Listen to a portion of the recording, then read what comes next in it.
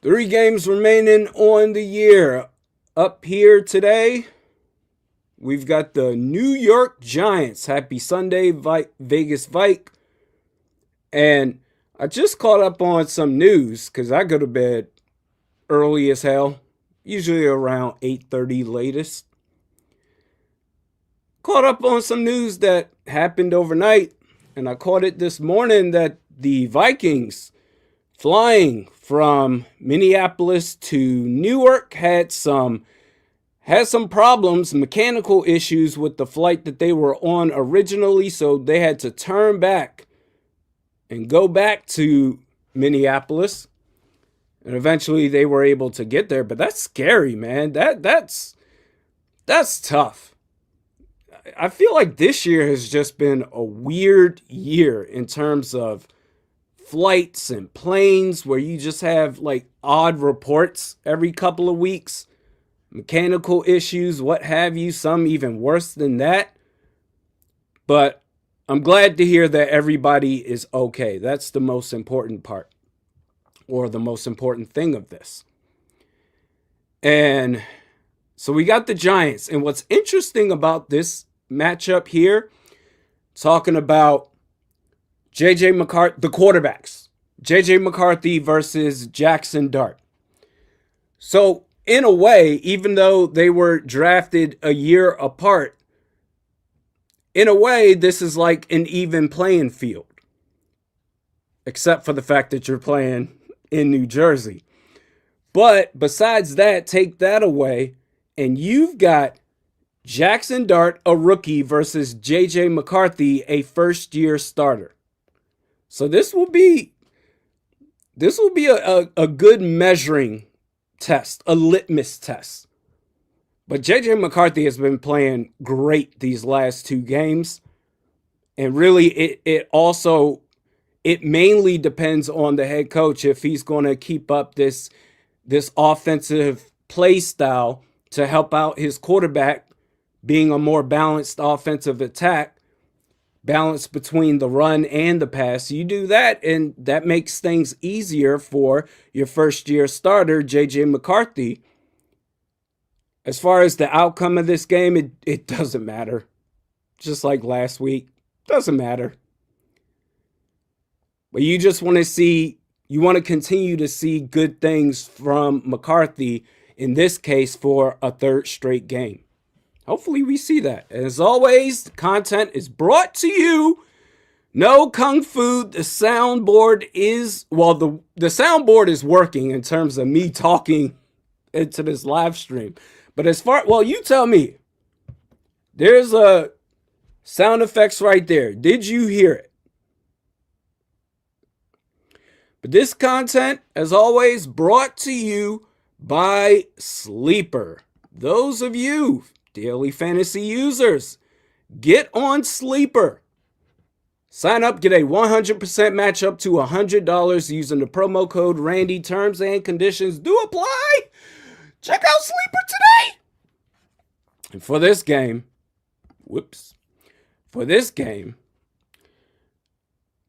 I'm not going to make a decision on Jefferson. It's been a down year for him, not because of his fault, more so because of inconsistent quarterback play. But you know what? Speaking of the quarterback, McCarthy has done so well the last 2 games, I'm going to say that he'll get over 188.5 yards passing. And then we'll go to Will Reichert, over 1.5 field goals made. Bam. I think that would be the route that I would take here in this situation. But Jackson Dart versus McCarthy, that's pretty even. Okay, all right, it's unfair to compare him to Drake May. I understand that. He's played 2 full seasons. But okay. Here's your equal. If anything, McCarthy has more of an advantage just because he has studied the system for an extra year. Albeit that extra year of studying the system hasn't really done him any favors until KOC really brought the system to a place to where it fits for his quarterback. For him to realize that 4 years on the job is crazy as far as how to adjust the play calling, the game planning based off your personnel, but better late than never. And he certainly has done it these last 2 weeks. Couldn't do that with Max Brosmer, could you? Nah, whatever. He's doing it now. Hopefully that continues and that isn't going to be an issue ever again, ideally.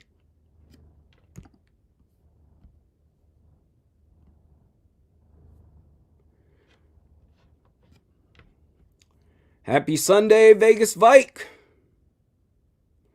An angry Viking 94. What's good, Randy? Let's get this dub. I think, well, you know what? I think it's very possible. Given the way that the Vikings have played recently on the offensive side of the ball and the defense, you know what they're about. They're going to give up plays in the passing game, but they're going to get stops when needed. You got to work really hard to score touchdowns against this defense. I will say that. But as far as this game is concerned, man, I think the defense will get a couple of turnovers against Jackson Dart. He is aggressive as a quarterback, and he's still learning. And with J.J. McCarthy getting better, I'm going to say the Vikings win this game. The Vikings are what, 5-8?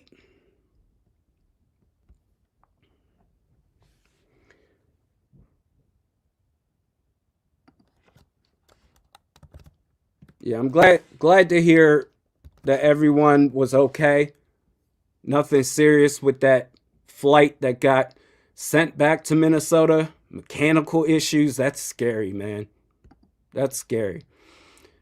So actually the Vikings, let's see, they got 3 games left, including this one. They have the chance, they're 6-8. They have the chance to go to 7-8 or 6-9. I'm going to say they win this game, and they go to 7-8.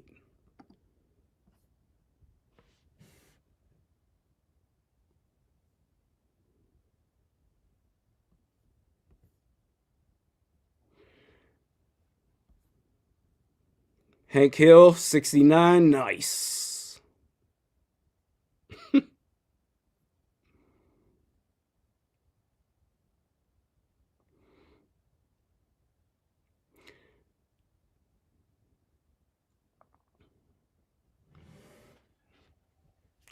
Ryan says, Merry Christmas, everyone. Church is done. Beer is poured. Ready to watch the Vikings win. Look at you. All right now.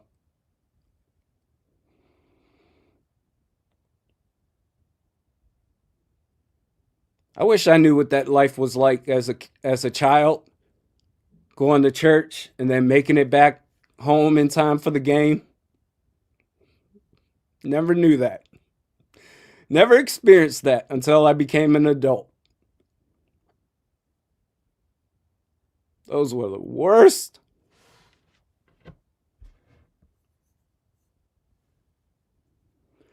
Diamond Dallas Turner. Skull Tide Skull. Yeah, Smashing Pumpkin. I just talked about it to start this watch party live stream. The mechanical issues for the flight to New Jersey, Newark. They had to get sent back to Minnesota, and then they caught another flight later. And again, due to mechanical issues, that's so scary. That is so scary. I can't imagine like hearing the announcement mid-flight.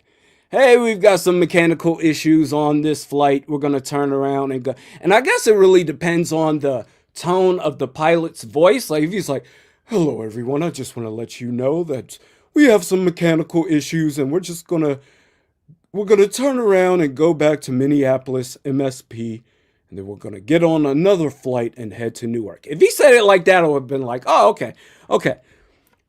But imagine if the pilot would have been like, oh my God, mechanical issues. We gotta go back to Minneapolis ASAP. I would have been panicking. But thankfully, everybody is okay.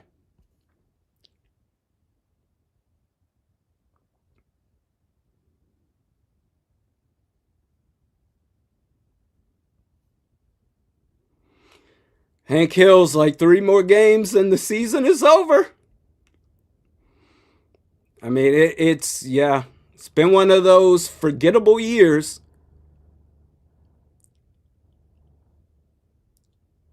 But I mean, just like 2021, where that was the most unlikable team ever.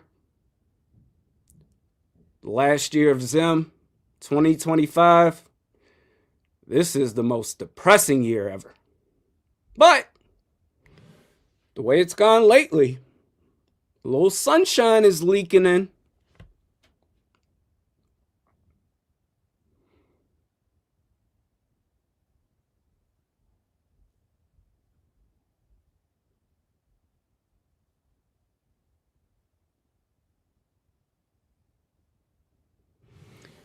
Yeah, I cannot. The most fear I've ever had on a flight was when I was going to Albuquerque for business. And it's like right there, once you start, what's that word I'm looking for? Oh my gosh, descending. Once you start descending in Albuquerque, New Mexico at ABQ Airport, and it's around all those mountains. I guess that's a regular thing over there. But I've never experienced turbulence to that degree. That was scary.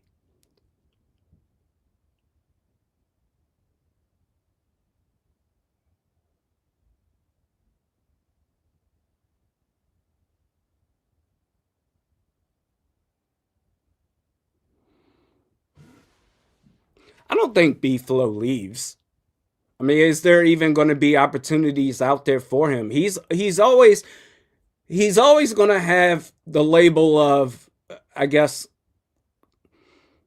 young quarterback killer because of the Tua thing, him coming out on multiple outlets and talking about how, B-Flow just was mean to me and just took away my belief in myself and all that other stuff.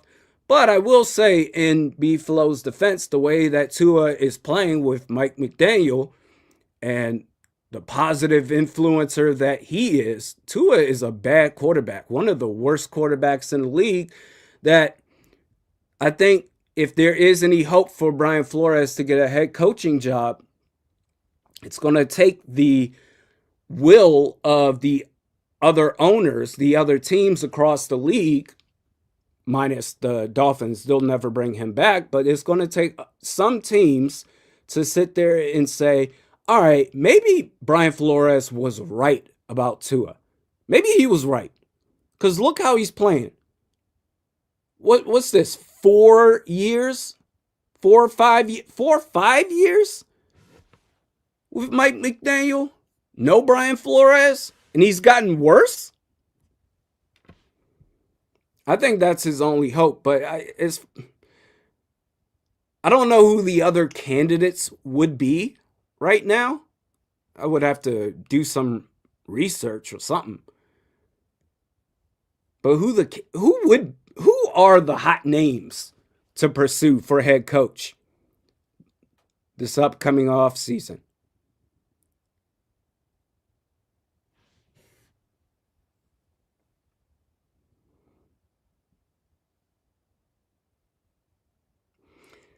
Gary, we'll see, man. He's saying, does anyone else think the Wolves dumb up and keep Kwesi?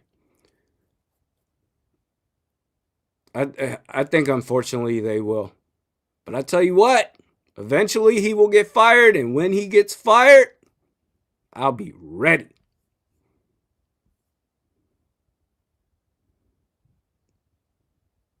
Yeah, I thought the Mike Zimmer getting fired video or something. Nah, this will be. Got it already prepared.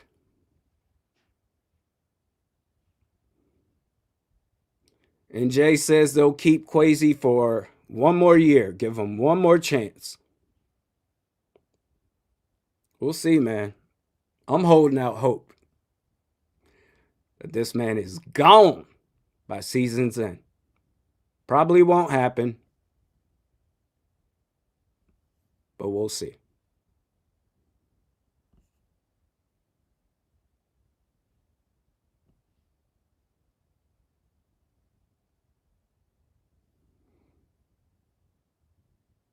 Joker, this is always sad when we can't constantly go to the playoffs.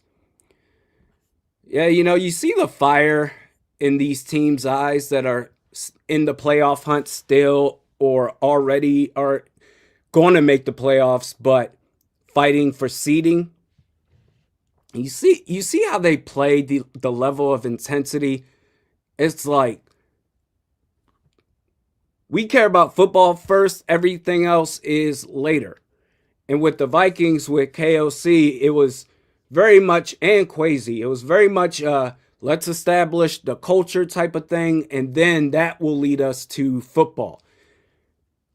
It's got to be the opposite. Ben Johnson with the Chicago Bears, man, like it's football first, and that in itself, because of how successful they have been, they just beat Green Bay last night, winning the NFC North division. The way he got them dudes playing, and in fairness to KOC, they did go 13-4 his first year, but 11 of those wins were by one score. So it's a little bit different in that regards, as there's going to be a penalty. Giants kick it off, and it goes out of bounds. So that's going to be good field position for the Vikings.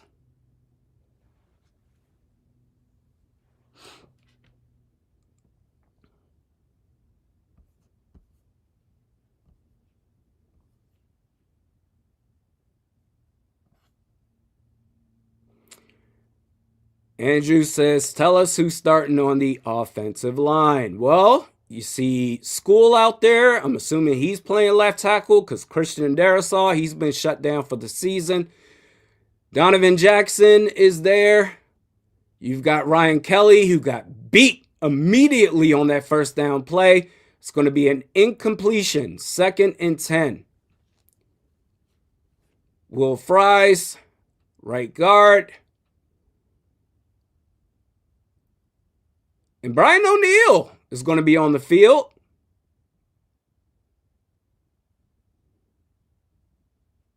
Second and 10.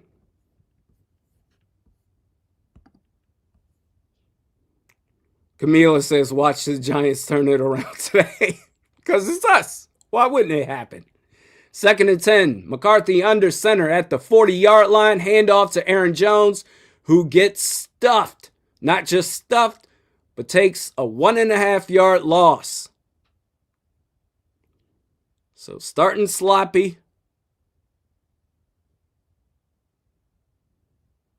It's going to be, man, what, 3rd and 11?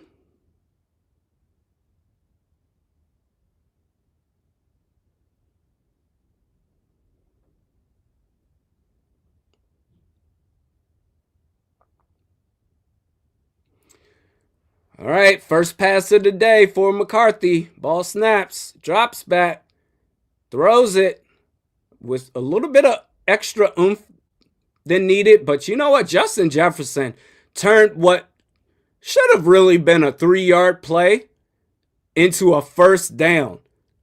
That man was running for his life.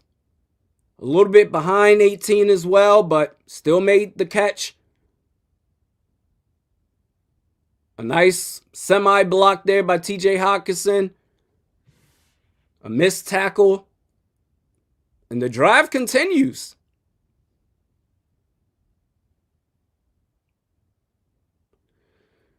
So ball is at the 48, opposite side of the field. Handoff. Jordan Mason gets about 6. 5 or 6 yards right there.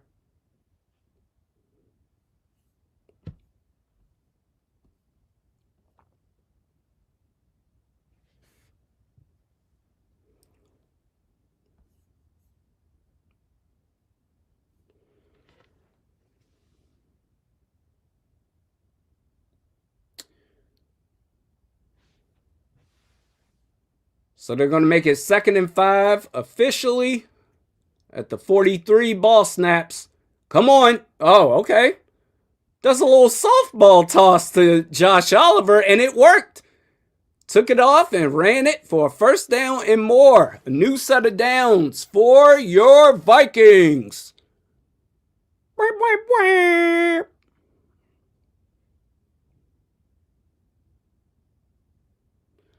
I mean, that was a nice play. Didn't force it.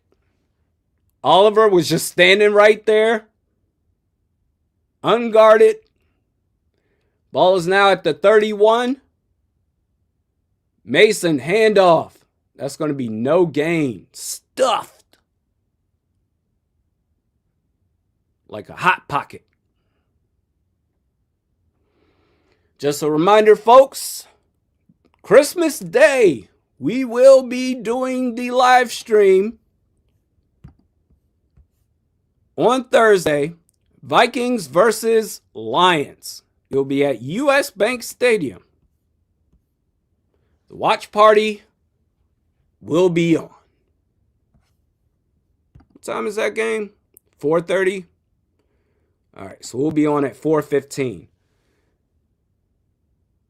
McCarthy, nice sidearm as he was getting pressured, dumps it off to Jordan Mason. And he gets about 6 yards there. It's going to make it 3rd and manageable. Jordan Mason is on the ground. Not good. Not good.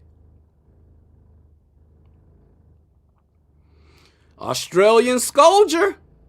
Much love. Let's see where the hit. Oh, well. Ooh, he got his ankles twisted up. Like literally. I think that was the left ankle over right. And he's still down.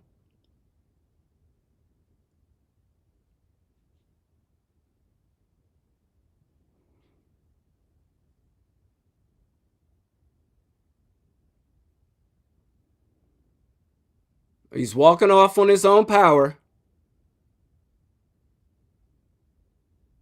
So that's good.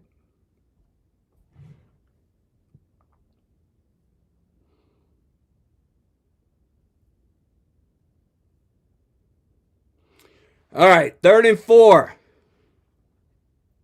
I mean, actually, this is the perfect spot for Aaron Jones. Oh, but he's not even out there. CJ Ham is out there as the running back / extra protection. So 3rd and 4 at the 25. Ball snaps. Pressure. Heaves it. And that is a touchdown. Oh, come on. Jordan Addison had it in his hands. Yo, all right. Yo, oh my God. Come on, bro. What the hell is wrong with you this year? That was a good throw. And you had it in your hands. Right in the bread basket. With pressure in his face. He made a good and hit you right there.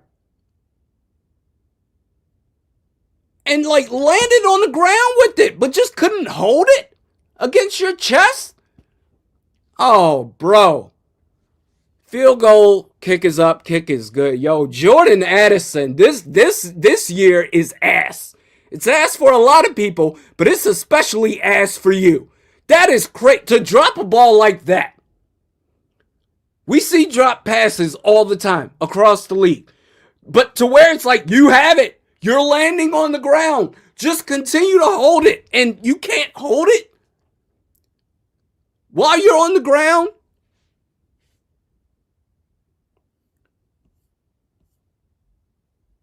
That was a heck of a throw by McCarthy. In fact, that whole drive by McCarthy was great.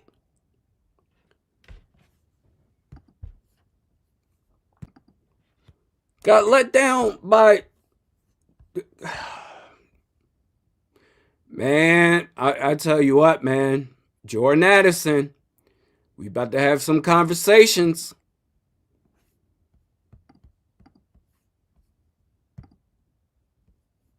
About to have them. You better believe it. So Vikings up 3-0. That should have been 7-0. Jordan Addison has fallen off of a cliff. I'm sorry, you can kiss that fifth-year option goodbye. At the very least. There's no way. There's no way they're picking it up.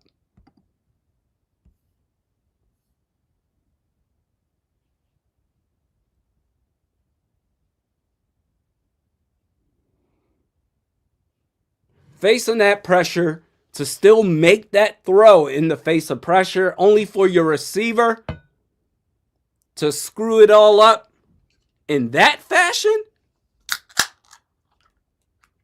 Naylor would have caught it, J.D. Brown. Wow.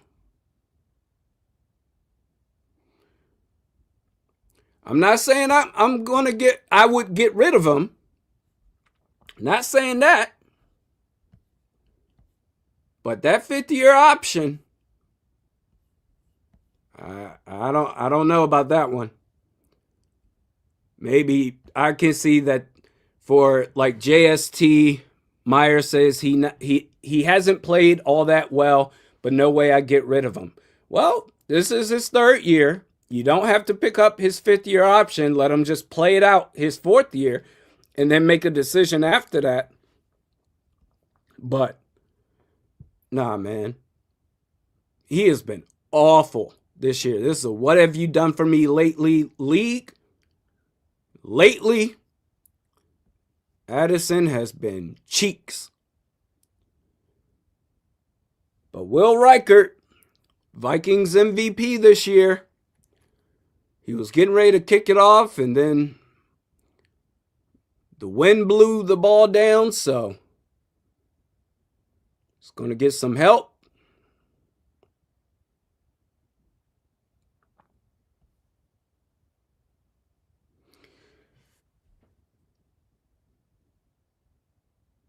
And Will Reichert, what is happening? Oh, he's lining up as if he's kicking a field goal now that he has a holder out there. Is that Ryan Wright? Sends it.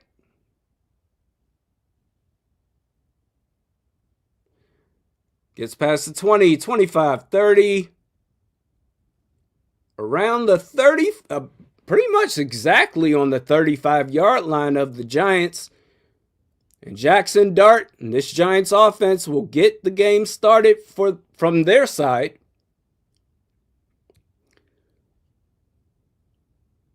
I like that drive by J.J. McCarthy, man. I really did.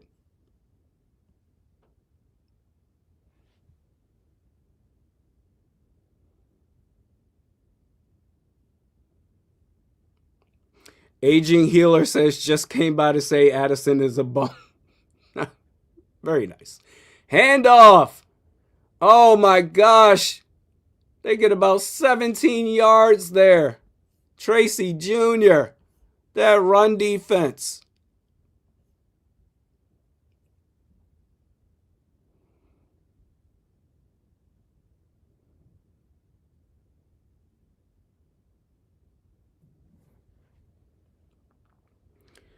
Yeah, Addison, I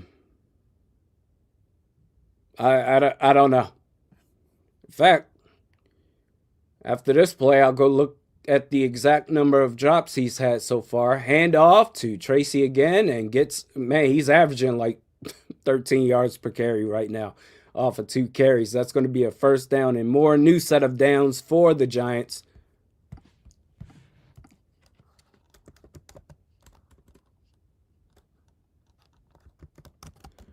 Run defense is butt cheeks.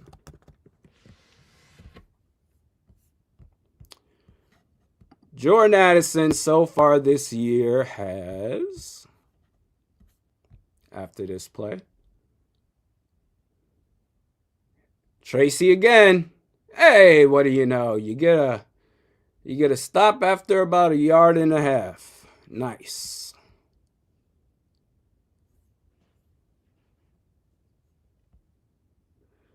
Oh my God. It's like, you know it's bad, but then when you see the number, it just makes it more glaring. Jordan Addison has 6 drops this year, and that's before counting that one that he had. That should have been a touchdown. So really, right now, he has 7 drops and counting on this season. By far his worst season.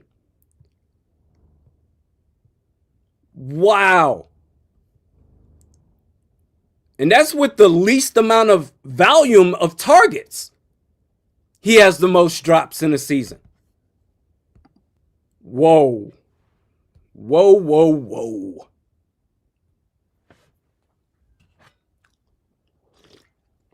Third down. Nah, that's crazy. That fall off is crazy. Ball snaps, throws it left. They might throw a flag, yeah. Byron Murphy Jr. was all on the receiver's back.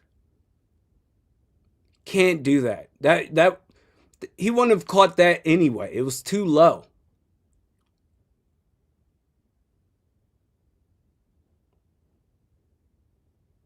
Yeah, pass interference. That's going to be a new set of downs for the Giants. Bro, 7 drops? What are we doing here?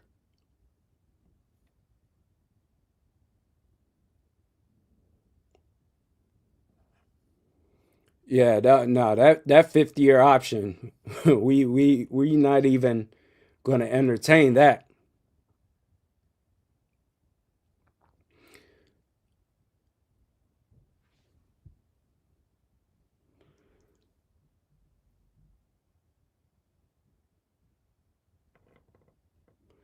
All right, Giants, Jackson Dart, pressure, Harrison Smith with the sack. Oh, get the hell out of here. Oh my God, I'm going to lose my shit. Are we going to call roughing the passer on that clean ass sack by Hitman? Nah, bro. You are a disgrace. These referees are some chumps. That was a clean hit. Oh my God. I wasn't even oh my God. We had Dallas Turner get robbed of a sack. Now Harrison Smith. Bum asses. These refs walking around all fat.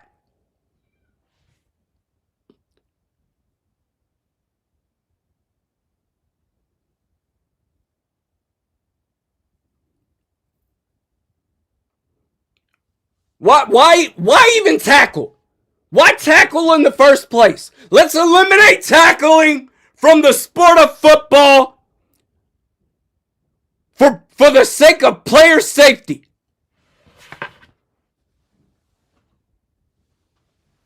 Jonathan Allen got to stop. A 2-yard loss for the Giants. Dog, I'm sick of this shit, bro.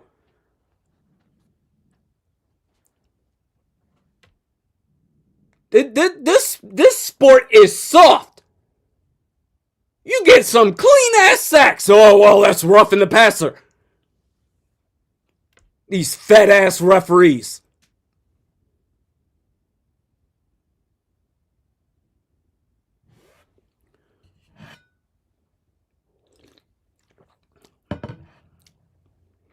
Handoff.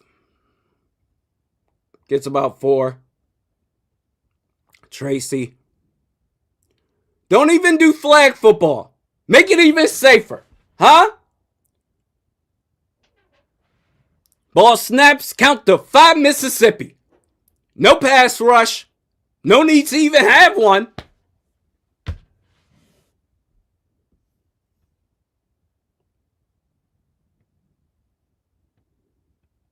That's crazy.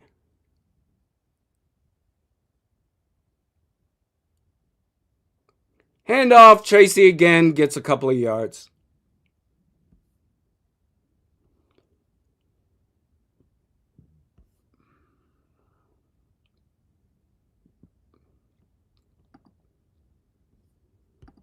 Who could it be? Free 3.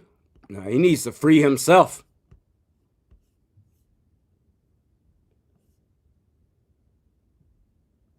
Man, fuck these refs, dog. I don't care. Fuck these refs.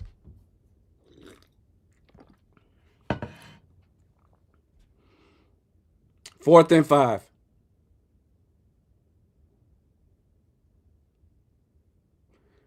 A lot of space. And well, we got a sack. Is that allowed? Huh? Are we allowed to do that? For Jalen Redmond? Is that okay? Was he placed down gently enough? You cowards! It's a sack.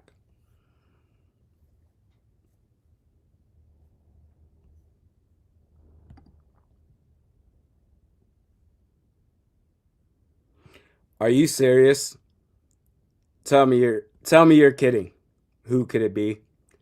Hearing Vilma, aka co-captain of Bounty Gate, say Smith's hit deserved a flag is peak irony. That is ironic if true. I don't know if he said it or not. I'm just going off based off what you're saying.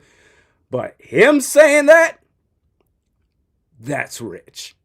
That's really rich.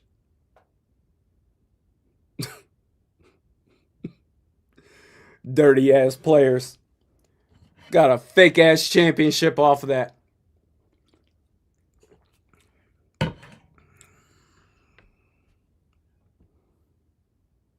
That's crazy. Jonathan Vilman needs to shut his mouth. Of all people, don't you talk to me about how he deserved the flag after that play. Jonathan Vilma shouldn't say shit.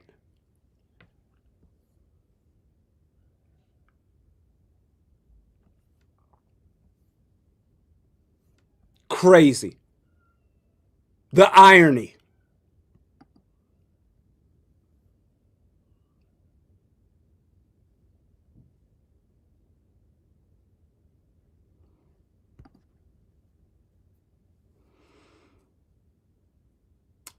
I'm not against it. Absolutely. Jalen Redmond, I mean, he's been balling this year. Absolutely.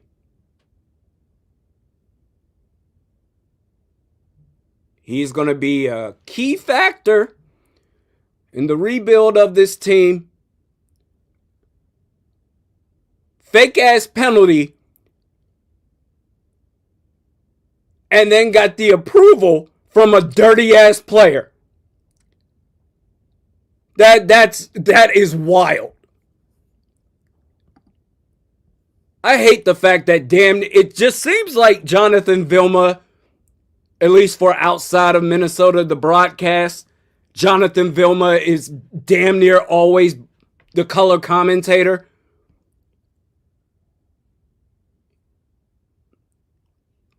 Rich. First down, play action, McCarthy. Hey, takes it up. Takes off with his legs. Gets about 8-9 yards.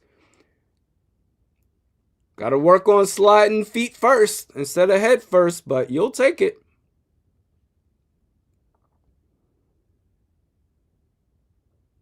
Jonathan Vilma. Please.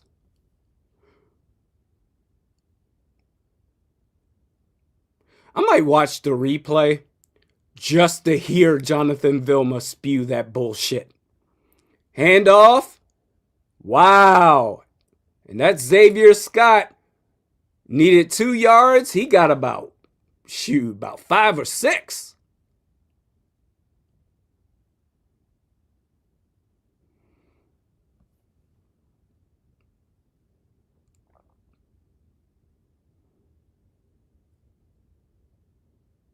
Clown-ass referees.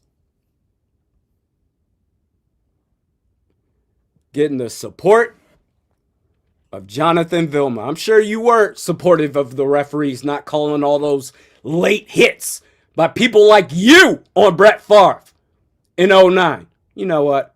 I'm over it. Whatever. Pass is dropped by Jefferson. Jefferson, I mean, how many drops does he have this year?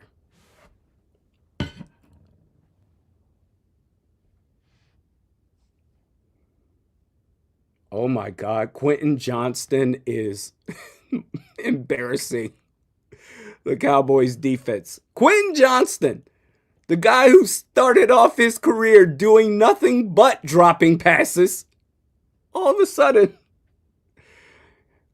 he's been one of the better receivers in the league this year. So that was, I don't know what that play was. It was play action, but McCarthy held it and did that. I don't know. Seemed like a KOC goofy play, I guess. I don't know what that was. 3rd and 12. Who cares?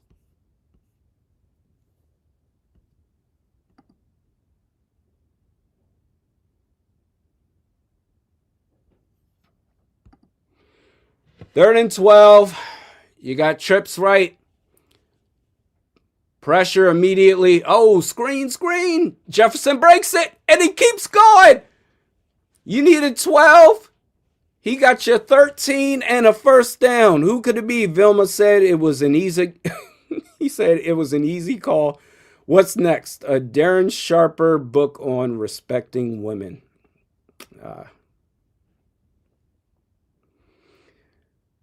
Well, I mean, that's apples to oranges right there. Darren Sharper, terrible human being. Jonathan Vilma is just an ass.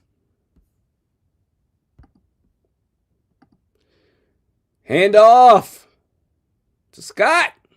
I guess Jordan Mason's going to be out for a little bit, a wee bit. And that was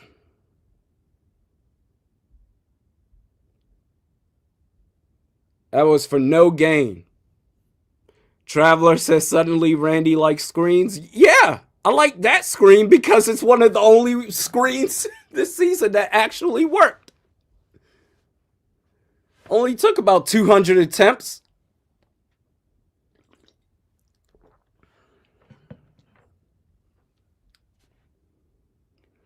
All right, 2nd and 9. McCarthy. Oh my God, Jalen Naylor. I was just singing your praises. Why can't the receivers catch the fucking ball today? Pass intended for Jalen Naylor. Bobbles it up in the air. Right there. Bobbles it up and it's intercepted. No fault of McCarthy at all. Jesus Christ.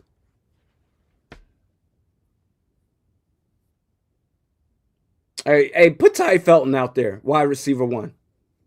Since nobody else wants to fucking catch.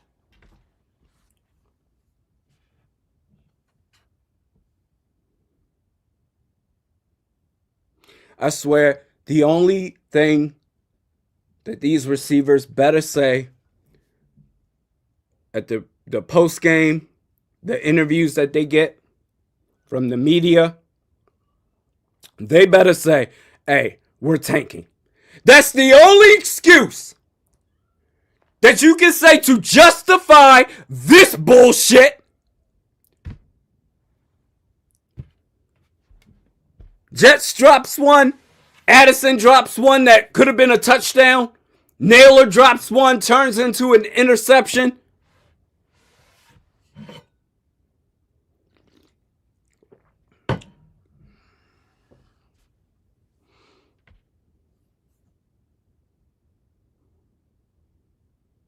Hey, put Max Brosmer out there, bro. As a receiver, let's see what he can do. It's a good question. Hudson, I don't know.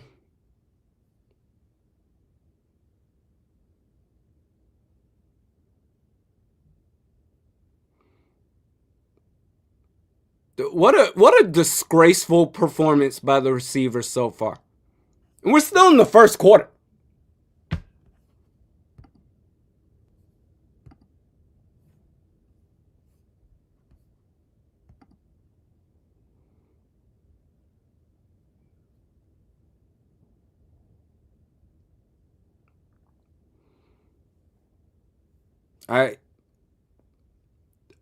This is unbelievable.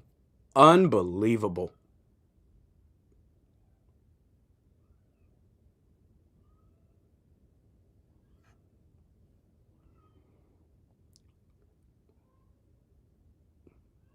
There's this one, and then I think that there's at least one other one. I forgot which game it was, where he has 2 interceptions because of receivers dropping passes.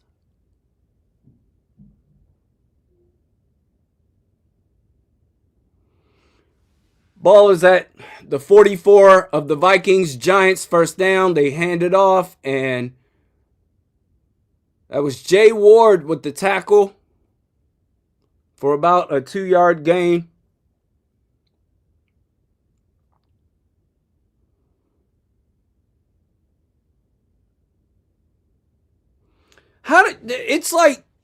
It's destiny for this team to just find new ways to piss you off. And right when you're like, oh, whatever, it's just the Vikings, they do something new. Handoff, Tracy gets about a yard away from the first down marker.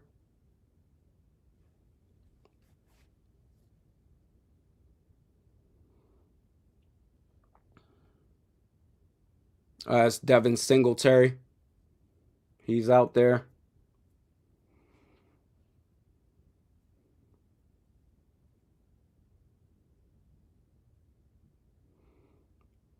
I am furious watching this. And a lost season, by the way. Handoff. That's going to be a first down.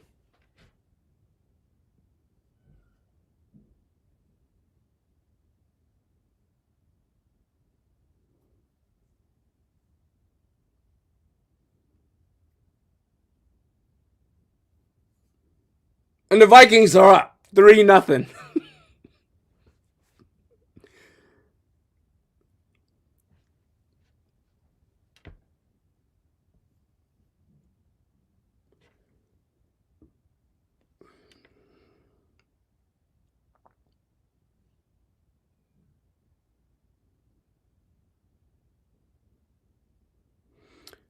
Billy says, I'm your density. Did you mean destiny?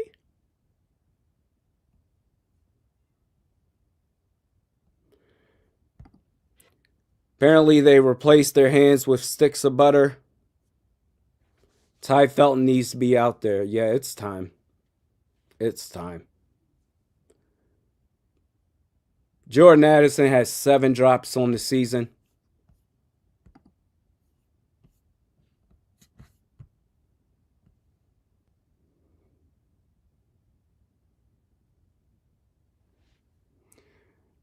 Mind you, he missed the first 3 games due to suspension and still has 7 drops.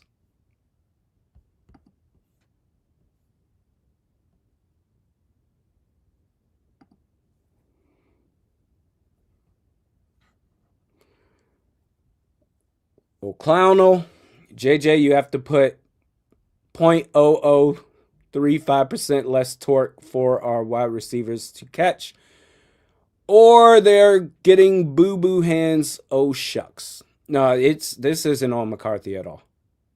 McCarthy has played well, actually. It's his receivers that have let him down, let this team down.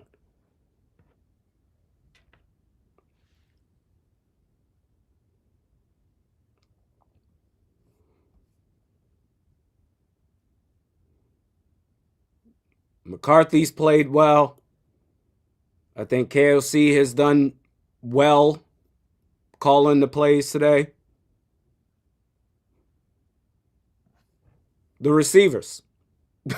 It's really that simple. I don't know if they came up to play today.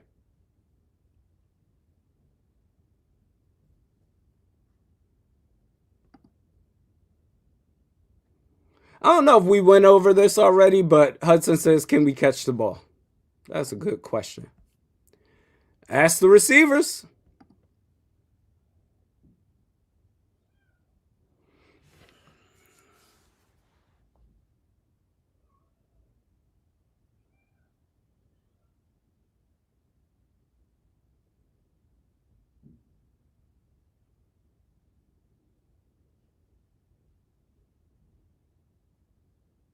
First and 10.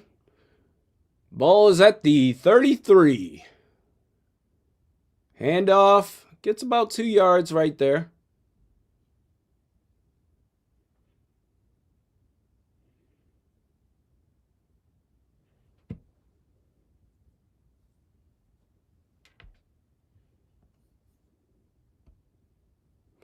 Hey, I'm going to tell you something right now. It doesn't matter if we have Joe Burrow or anybody that you can think of. Josh Allen, it doesn't matter who's the quarterback if the receivers can't catch a freaking ball.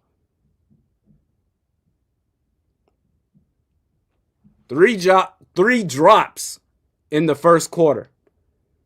As the Giants get a couple more yards there from Tracy, about 2 yards away from the line to gain.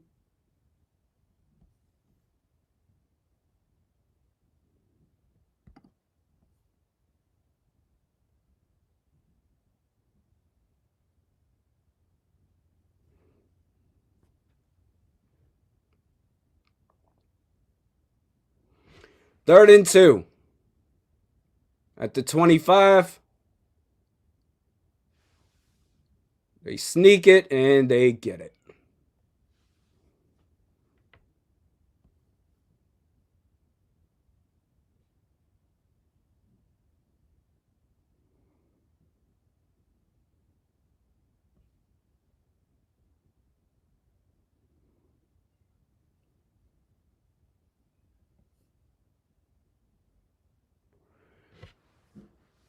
First and 10. Ball at the 23. Tracy, I mean, there was no penetration there whatsoever. Just had instant space. There's a lot this team needs to do. Watching these other teams across the league that are in the playoff hunt or fighting for seeding for these playoffs, you watch how they play, and they play with a level of intensity that you just don't see. You just haven't seen that much from the Vikings side, where it just means as much to them as it does to the fans. You just haven't seen that very often. Giants get another first down.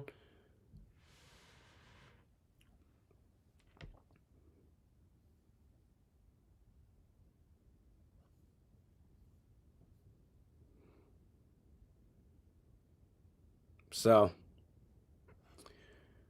that's what we got.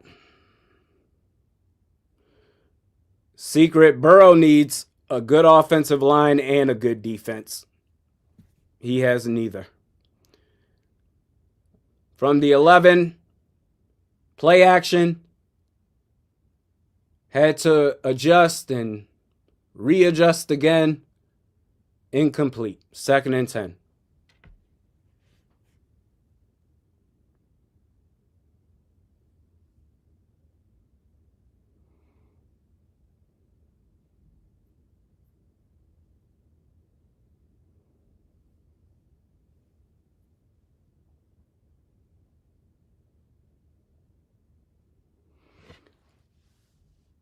Second and 10 from the 11-yard line. Handoff. Singletary. They're going to give him 4 yards.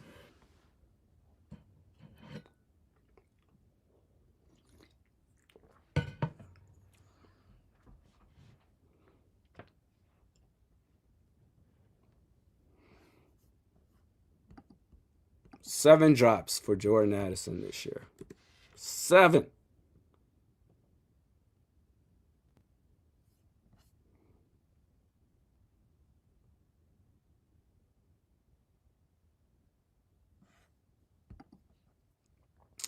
We've got a Giants player down.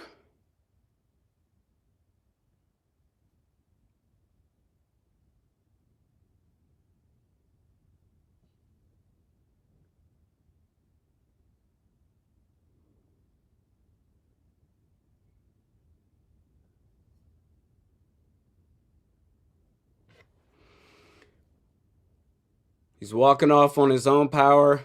It's an offensive lineman.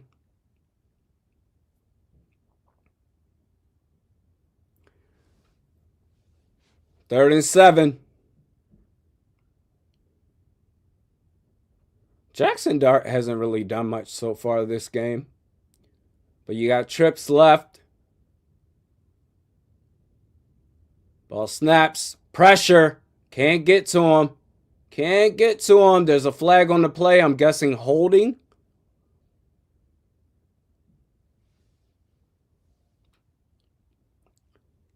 On the offensive line. False start. There's no way that's a false start. If it's a false start, why didn't you call the play dead? It has to be holding. Oh, illegal formation? Okay. All right.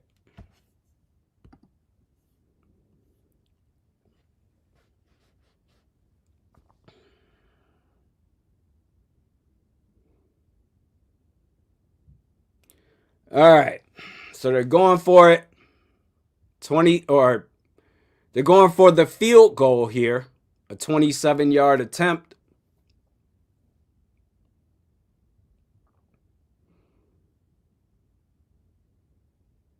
Kick is up. And it's good. 3-all game. It's getting crazy up in here. It's a party.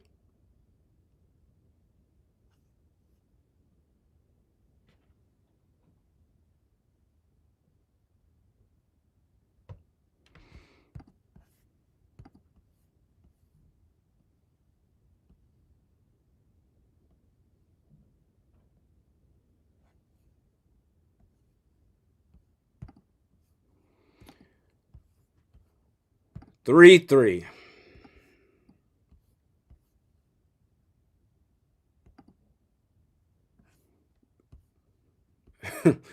Well, I mean, technically it's competitive. But no, this is a tough watch. Even if it's like I don't care if they win or lose this one, the season's over, it doesn't matter. I also don't care about draft positioning unless Kwesi ends up being fired. But I'm like, all right. Want to see something. Actually, you know what? The positive, if you want to take a positive out of this, let me be the one to deliver it to you. JJ McCarthy is playing well. He's playing good. I mean, this is the 3rd straight game so far where he doesn't look bad. He looks good. Continues to look good. Unfortunately, the stats and the score will not reflect that, at least right now, anyway, because his receivers have let him down. Naylor, Addison especially, and even Justin Jefferson.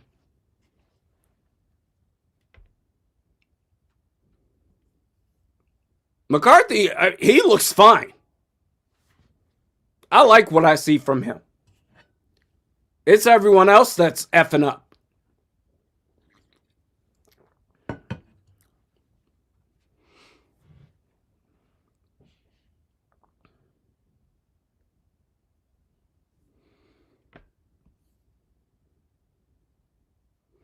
Floor guy says, take away the Giants' run. That's all they have. Yeah, I mean, Jackson Dart hasn't done much of anything worth a damn in this game.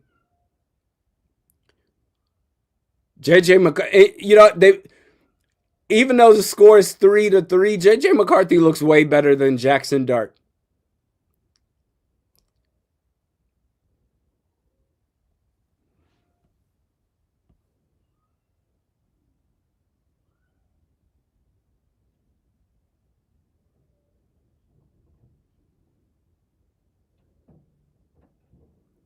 Blood Eagle Smeagol, it's very simple.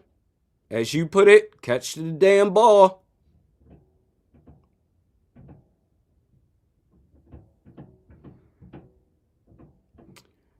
Vikings get it past they get it around the 23, 24 yard line.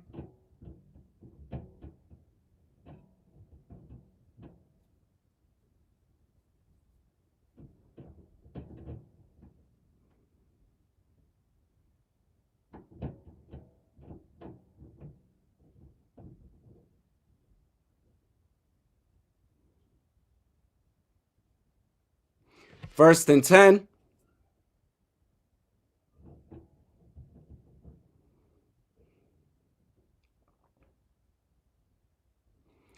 And they hand the ball off to, looks like Aaron Jones. Got a good couple of yards right there.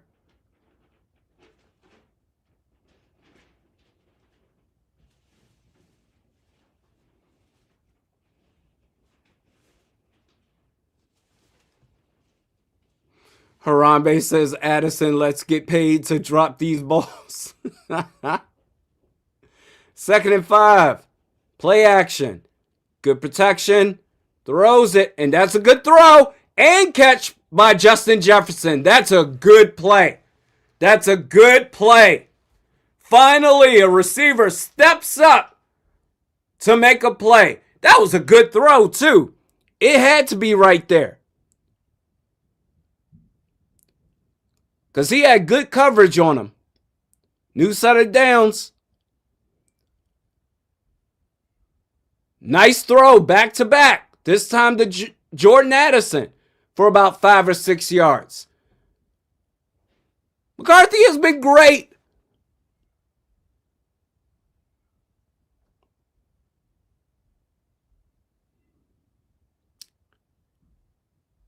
Second and 3.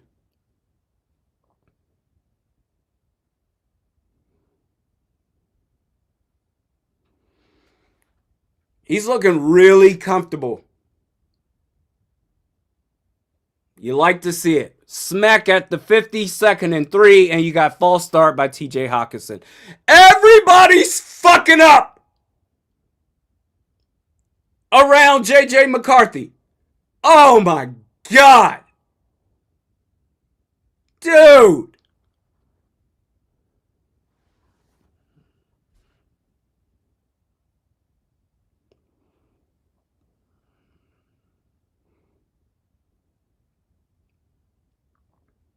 Second and 8 now. I mean, gosh. Some of these players, they just don't have it. Hawk's one of them. Handoff.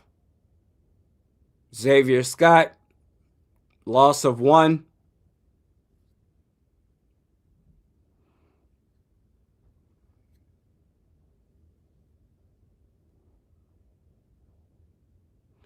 Shane says, hate to say it, but we might need an upgrade at tight end too. Might. We might. There's no might about it. TJ Hawkinson needs to be gone. Tight end is one of the more pressing needs. I mean, there's a lot of pressing needs for this team in the offseason, but tight end is definitely near the top. 3rd and 10. Delay of game. Unless a timeout got called. Yep, delay of game. All right.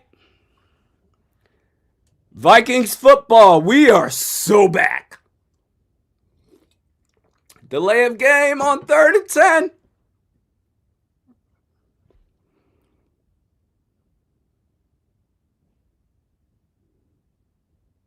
Yeah, no, TJ Hawkinson. That that might be the first cut of the offseason, to be honest. They're at their own 41-yard line. Ball snaps, 3rd and 15. Sends it to Jefferson, who gets and catch and run for 14 yards. You got to go for it. I think.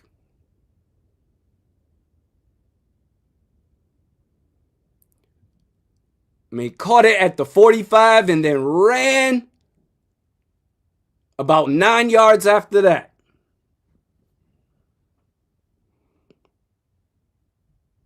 Laura Lee, that's facts. I'd rather have Josh Oliver as the tight end one than Hawkinson at this point. 4th and 1, shotgun. I don't like that. But they got the first down. It worked. So I can't bitch. 4th and 1, shotgun. Oh my God, there's a flag after the play.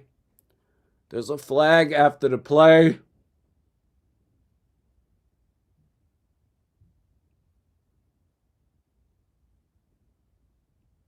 And someone's down. I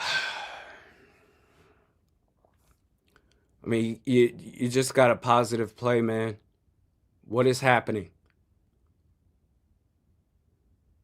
Ryan Kelly is hurt now. He's on the ground. This game, man. You got Jordan Mason hurt. You got Ryan Kelly hurt. The referees don't know what they want to call.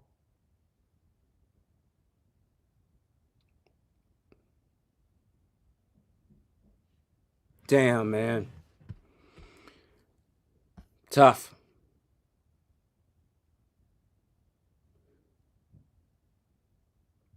All right, so after the play, it's a personal foul on the Giants. Where is this guy? 22. There he is. Okay. Yeah, dude, what are you doing? What the hell are you doing? The play is over. And 22 still ripping at the ball. What an idiot. And it results in, well, I don't know if it resulted in Ryan Kelly getting hurt. Maybe it was something else that happened during that play. But, man, football players be wild sometimes, man. And then look up at the ref. Oh, what? What did I do? Me?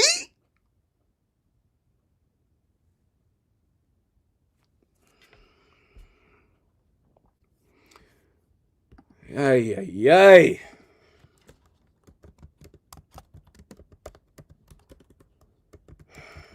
That is not great.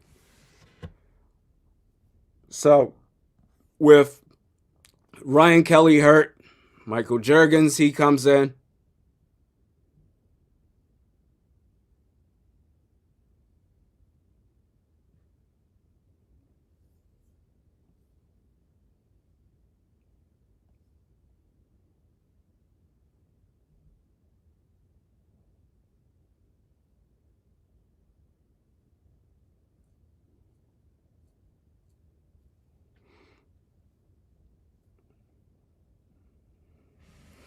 Ay, ay, ay. I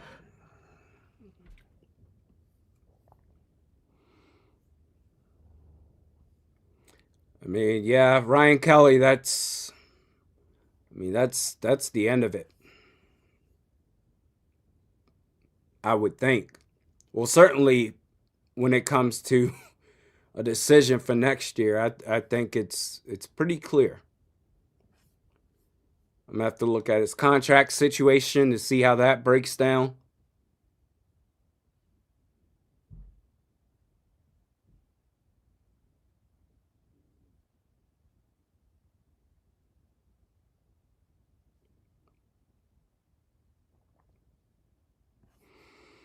It's tough. One of the big signings this free agency.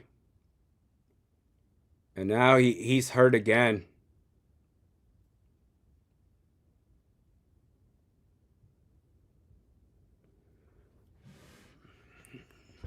That idiot Giants defender ripping the ball out after the play is done. Like it's done. I'm going to do this extra.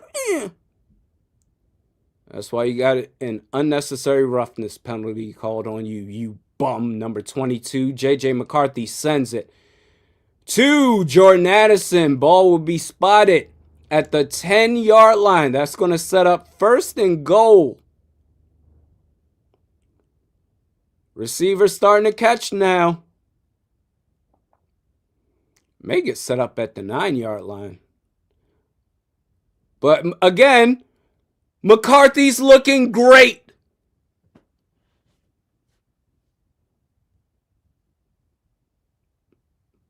Smashing Pumpkin says he caught the what? Addison caught the ball.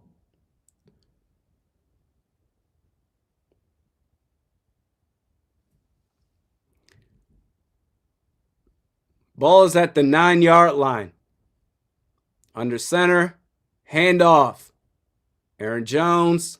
Run game is just not really working in this one. So that was a gain of about 1.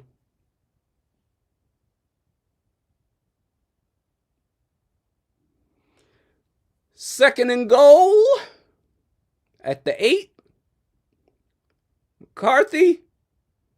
That was good coverage intended for Justin Jefferson. And he was covered by a linebacker right there. One would say should have waited, but the pressure got to him, had to get rid of it.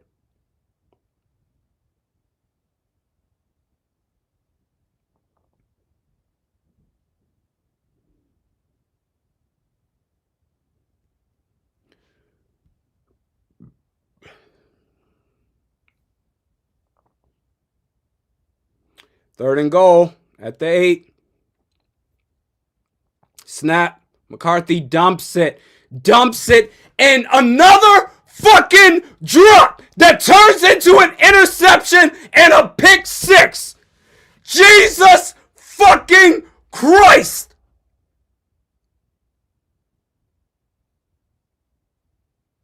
This is unacceptable.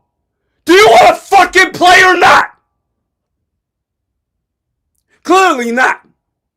And there's a flag on the play. You got saved by a flag. Catch the fucking ball. You're a wide receiver. You get paid to catch. Catch the fucking ball.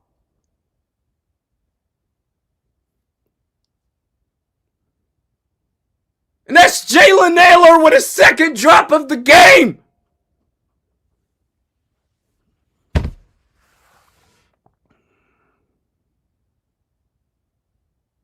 Hey, all that stuff I was talking about Jalen Naylor, I don't know. We might have to revisit that too. Add wide receiver to the needs for off-season.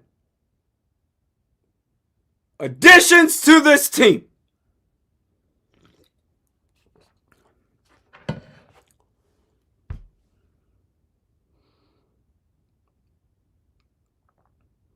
Trying to sit here and be all professional and shit. Well, you know, J.J. McCarthy's having a good game, which he is, but everybody else is fucking up. 3rd and goal.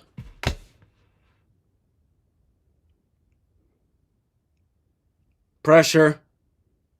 Gets out of it. He eventually gets tackled. He gets sacked. MVP Will Reichert.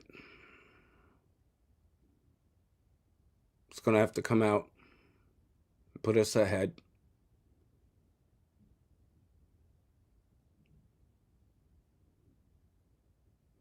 Wow, he had a lane right there to the left in between the left tackle and the left guard. If he wanted to take it, he could have, but stayed true in the pocket. 2 interceptions. Everyone's going to look at J.J. McCarthy and say, oh, he stinks. Literally 2 interceptions, both of which was not his fault.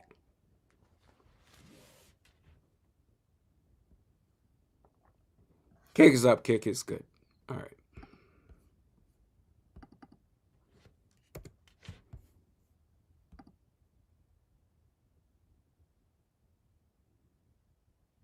Dudes can't catch anymore.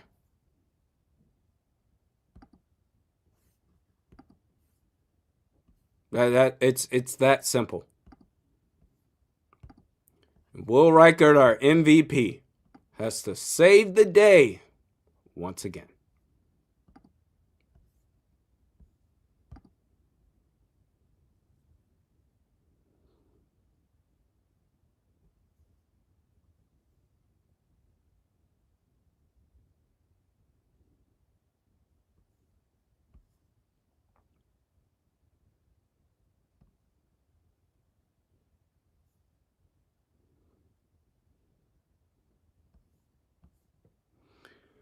Wow. Okay. Here we are. This is the most terrible stat line for a quarterback that's actually played good that I've ever seen.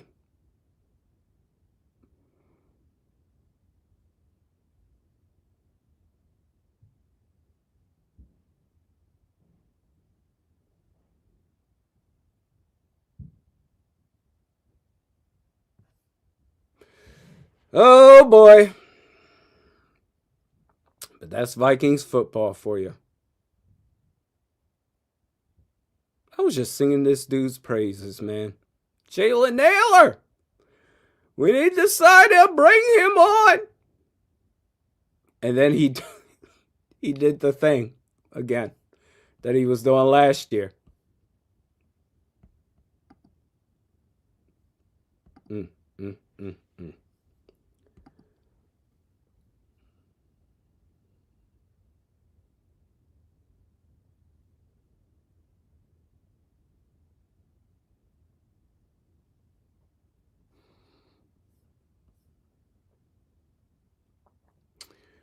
And the Vikings are going to kick this thing off. I don't know why I did the Southern thing at the end, like Brian Kelly when he first got to LSU. Started talking with a Southern drawl that he never had until he got to LSU.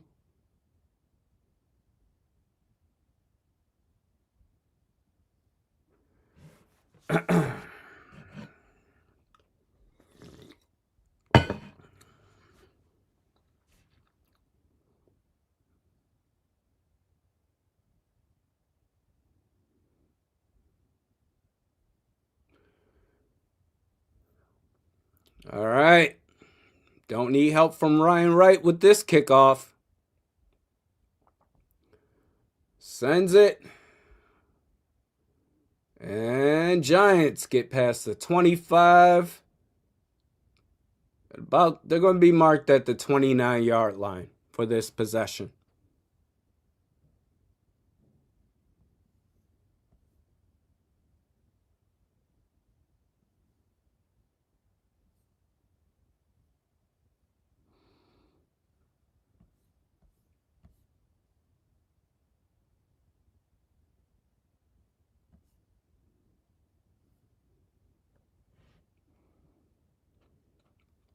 First and 10. And all right, Jackson Dart, play action. Pressure was getting to him, but he evaded all of it. He's moving out left. And all that for no gain. Good job by the defense.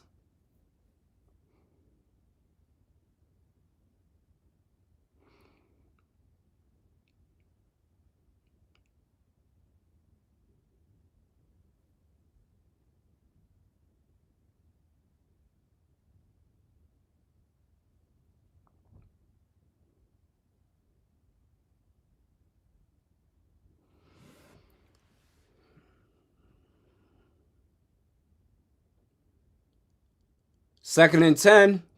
Still at the 29.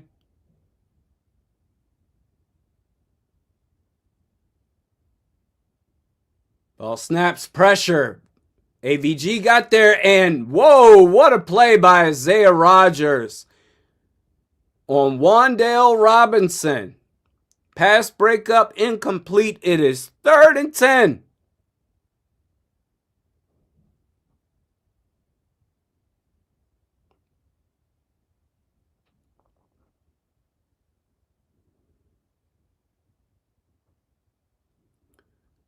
He made contact with the helmet, but I don't think there was no flag thrown. And at the end of the day, it's football. Making a play on the ball, inadvertently hit the helmet. It's football.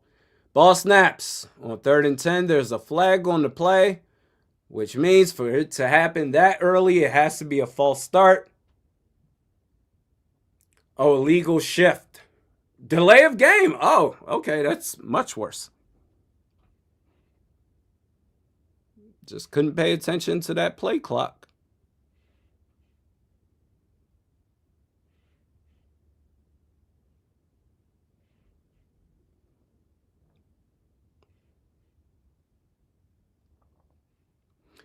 So you got 3rd and 15. Tosses it, bounces it. Bounces to Byron Murphy Jr. with the interception. So the pass was intended for the tight end Johnson. Ball bounced off his hands like a volleyball serve. Brought down by Byron Murphy Jr.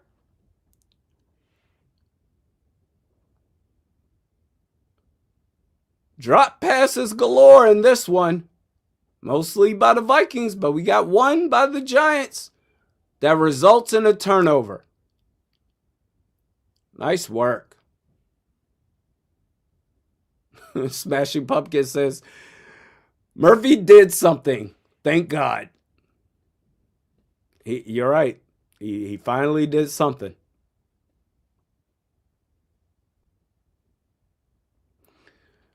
Ball is at the 16-yard line. Great field position for the Vikings. Hand off to Aaron Jones. Aaron Jones is back. Gets about 8 yards there.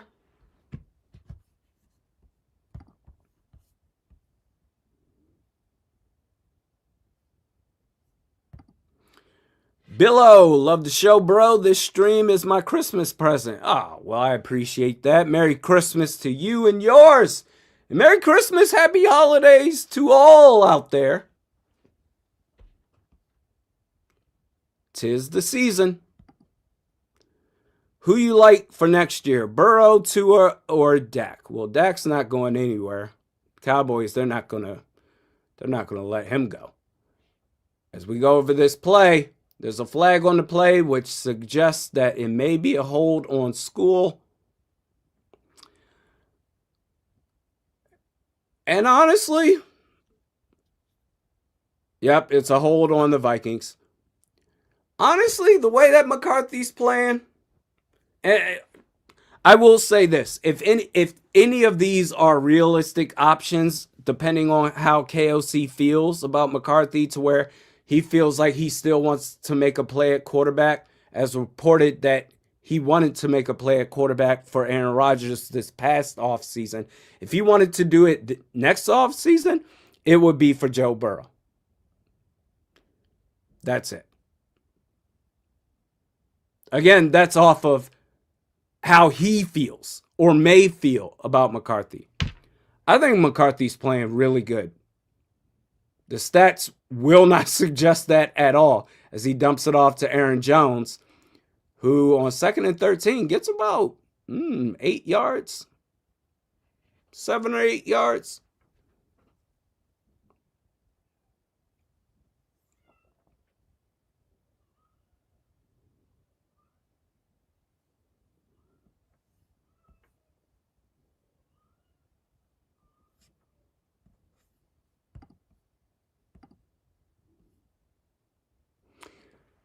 So that sets up 3rd and 6.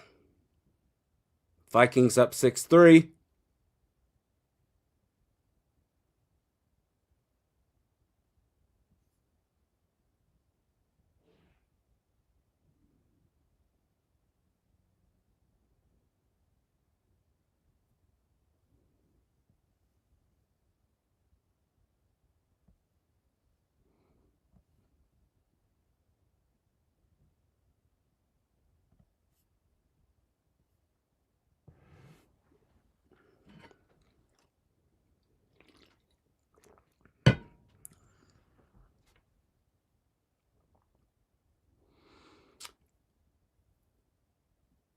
To get Joe Burrow, first off, to be honest, I wouldn't even go after Joe Burrow. Based off what I'm seeing from McCarthy, like I feel, fingers crossed, I feel good enough based off of what I've seen from McCarthy these last 3 games. I mean, he clearly gets it now. He's adjusted to the speed of the league. He's getting better at his throws. Now, as he takes off right there on 3rd and 6, and he gets a touchdown on the rush. He did the gritty. KOC is pissed. Paul Allen, you going to be mad at this one too? Touchdown. That is a sick jacket. Hey, that's a nice jacket. Who's wearing that? I don't know who that was, but I need that jacket. JJ McCarthy. Hey, I don't know, man. I think he's the one. I think this is the guy.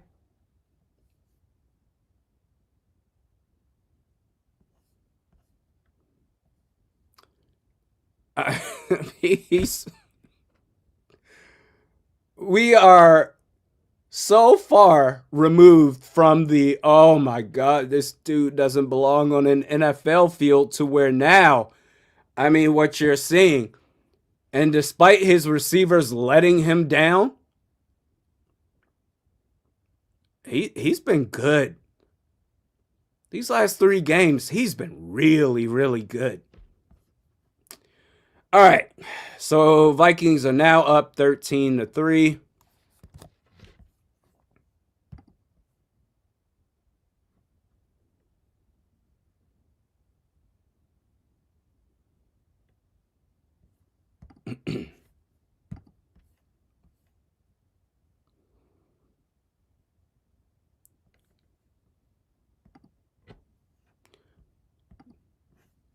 Pretty close to the 2-minute warning.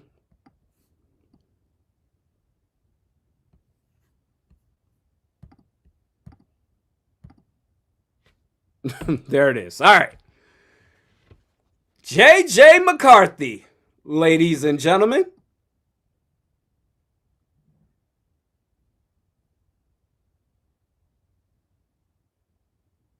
I need to find that jacket.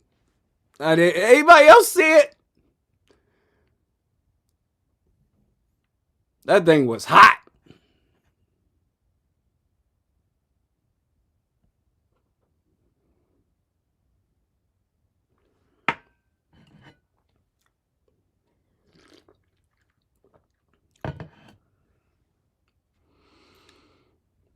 Yeah, that's a good point, Matthew. Keep the mechanics during the off season, and I'm sure just like you see all the film and the videos and the Instagram, TikTok videos that come out of players working with each other in the off season, even if they aren't on the same team, I'm sure McCarthy will be doing the same.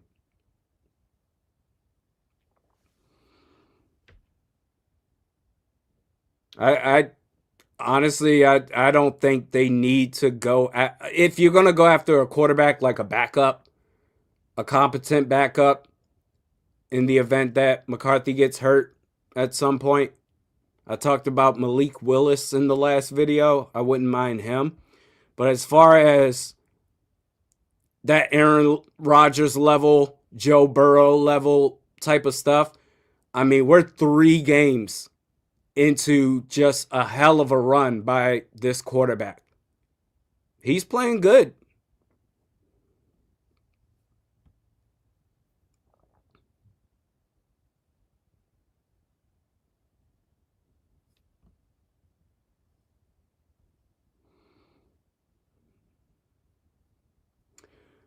Rel, I'm not even feeding into the narrative that he's playing bad defense. I mean, you can only play who you have in front of you. That's how the schedule worked out. I mean, Jackson Dart, he's a rookie quarterback, and he looked good to start the year, or to once they benched Russell Wilson and Jackson Dart came in, he was looking really good. But he's going through his struggles too. His early on struggles. Maybe next year he'll find more of a groove and be more consistent. But I mean, I'm sorry, to go to Dallas, and I know their defense is bad, but to go to Dallas where your run game doesn't help you at all because the defensive line, the interior defensive line for the Cowboys is top notch, and you have to virtually do it all yourself as a first year starter.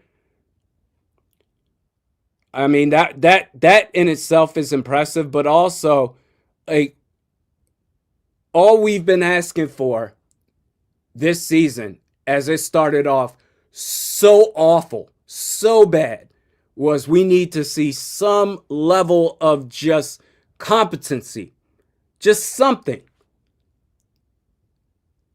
For him to now show that something, ball is popped up in the air, it's incomplete, there's a flag on the play. But now that he's showing something, I mean, we can't, I'm not going to sit here and move the goalposts and say that, well, he's playing against bad defenses. Well, what is he supposed to do? Against bad defenses, all right, he's looking good. 3 straight games. One game he had to carry this team on his back, and he did it.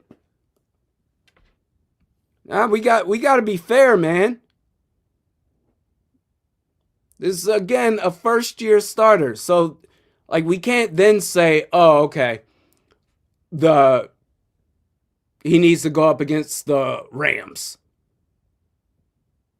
and show something then. And then we'll believe. Like, no, you got to play who's in front of you, and you got to show that you belong.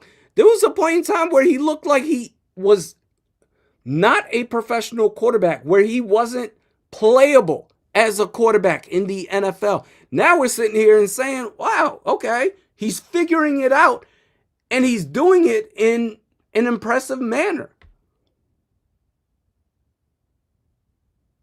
That's all I was asking for, and he's doing it now.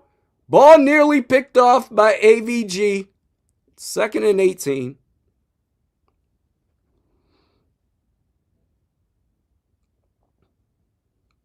Now, against the Cowboys, why not? He did carry that team. He carried that offense.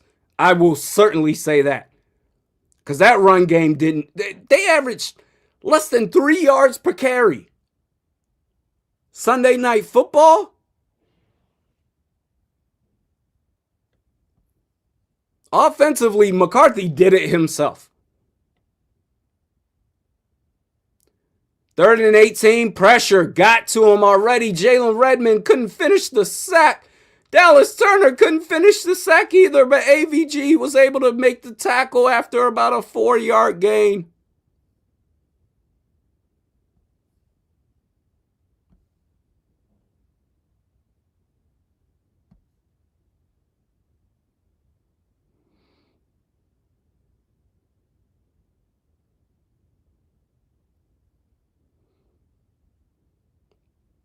Got to stop.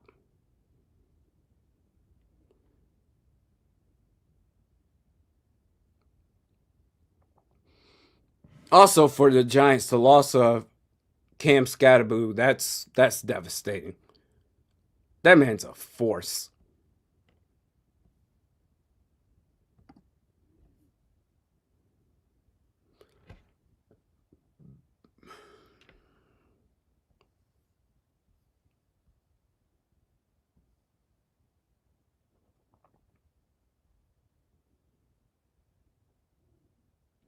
And they're about to punt this bad boy off.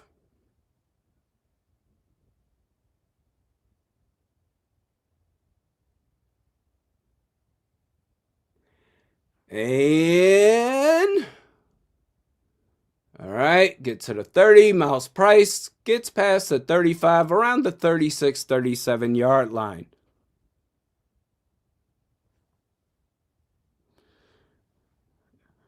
Jart says, I think Redmond was afraid of getting a roughing call, maybe. That might explain it. These referees, they are terrible. We've been saying that for years. Years. Like, sacks don't even count anymore. As great as Myles Garrett is, take it all away. Can't even sack a quarterback cleanly, by the way, without getting a flag.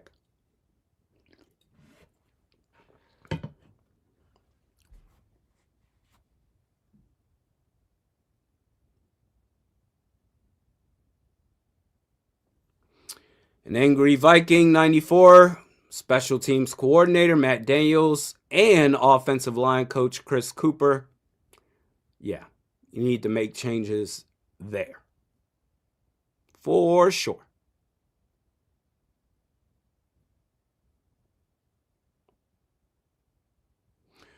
Harambe, no, I did not see that. However, I need to see that. Apparently, refs are,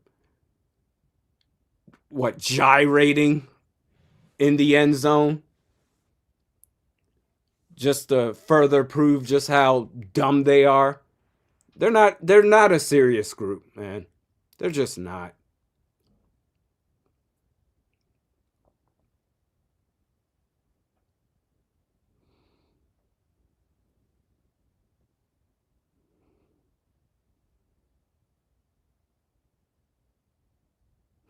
"53 seconds left to go in the first half.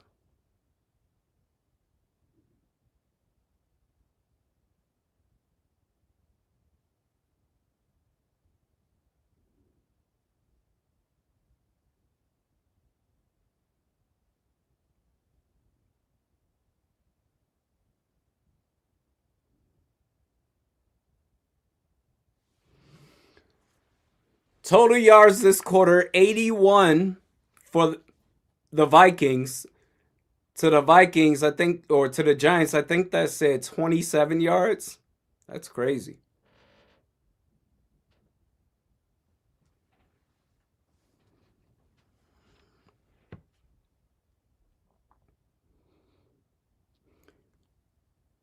One timeout remaining for Minnesota. It's 1st and 10. Ball at the 35.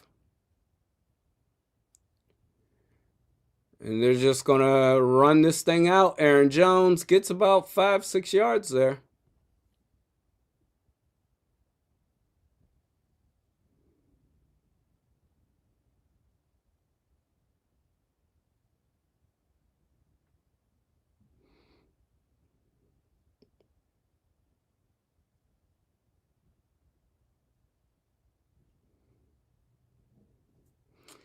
Second and 4. Oh, McCarthy took a hit. That's a fumble, and it's returned for a touchdown. Wow, we got to see where the protection messed up at. Wow.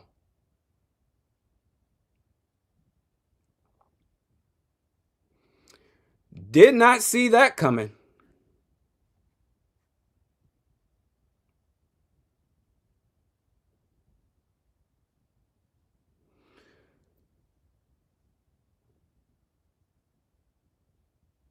Wow, Brian O'Neill whiffed. Brian O'Neill whiffed on that play. I mean, first off, why are we even trying to throw the ball with, 20 seconds left or whatever it was? You could have just ran the ball. It didn't look like the Giants were interested in calling timeouts. They still have all 3 timeouts remaining in this first half, as you just gave them a free touchdown. But Brian O'Neill whiffed the hell out of that play.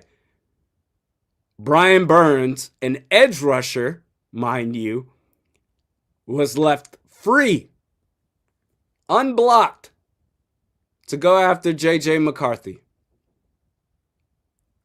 Help out your quarterback, man. And now he's going, oh my God, he's going to the locker room. Well, maybe it's because it's 17 seconds left. And we're going, what the hell just happened? Huh? Why didn't you just run the damn ball? The Giants had no interest in getting the ball back.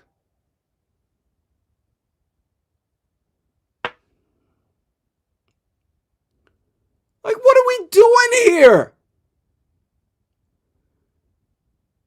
Oh my God, KOC, KOC, KOC.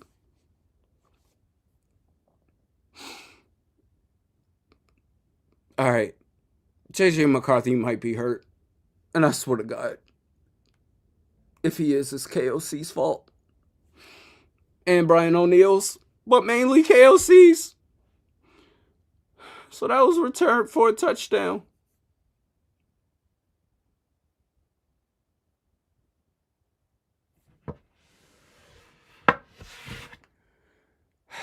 I'll update the score.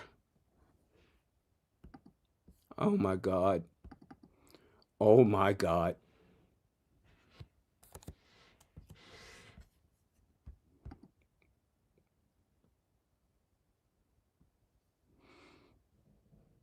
This can't be happening. Everything was going well.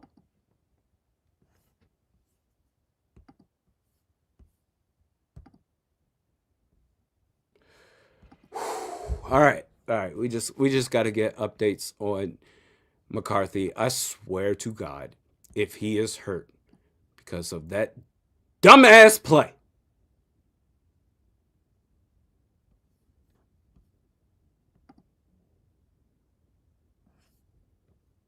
No! KLC, don't take a knee here.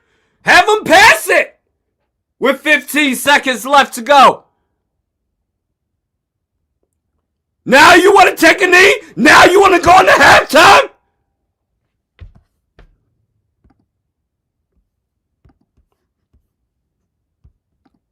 Dude, I swear to God.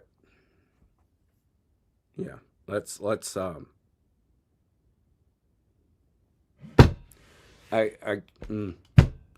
don't know what to say right now. I don't know what to say. I tried to back off. And I gave you credit for doing a good job calling the plays for the last two games and for the most part of this game until that fucking play. Where you may have gotten your damn quarterback hurt. Now you want to take a fucking knee?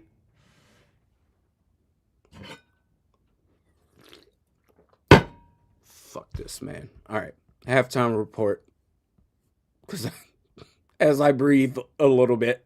If you constantly find yourself in the middle of the night, waking up, tossing, turning, struggling to fall asleep in the first place, then the Manta Sleep Mask Pro is for you. It's flexible, it's breathable, it's comfortable, and it stays cool to alleviate those restless nights. With the Manta Sleep Mask Pro, you get a total blackout. No light gets in. Wearing this right now, can't see a thing. The cooling materials keeps you nice and comfortable all night long, even if you're a hot sleeper. And these memory foams fits on your face pressure free. Go to mantasleep.com where you can find the Manta Sleep Mask Pro and check out all their other sleep masks and accessories. Use my code RANDY to unlock 10% off of your purchase.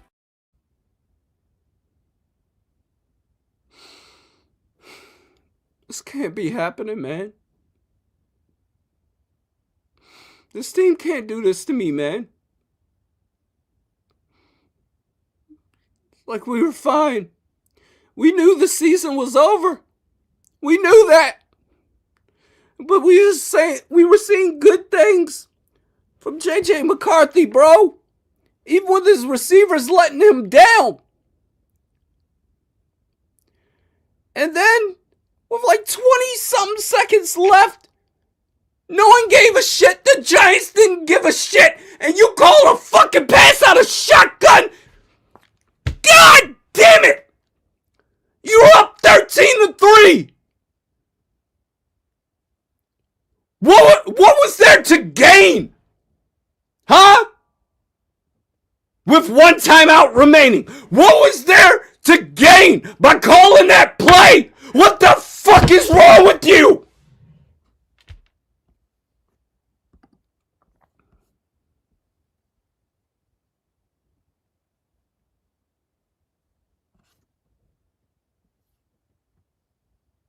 And I don't want to miss the the folks that have chimed in.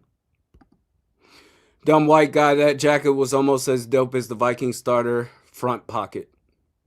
That jacket was nice. I need to find that. And I will buy it immediately. Who could it be? So that wasn't going up high for the hit? I don't know. I don't know, man. I've lost it. What's happening? NJ Nick, was that a 2-minute drill or not? Run, waste 20 seconds lining up, then try a pass, huh? Yep. Oh my God. This coach is dumb. He is dumb. He is legitimately dumb.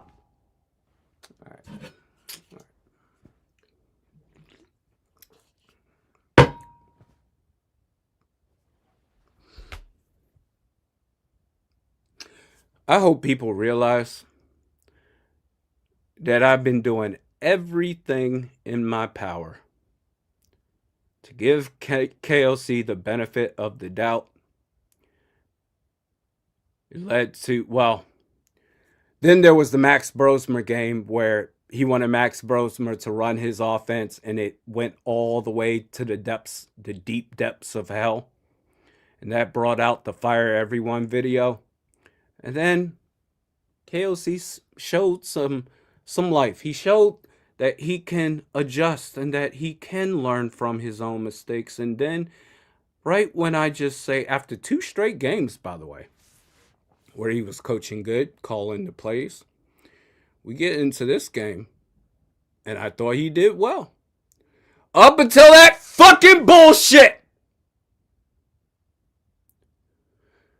Oh my God!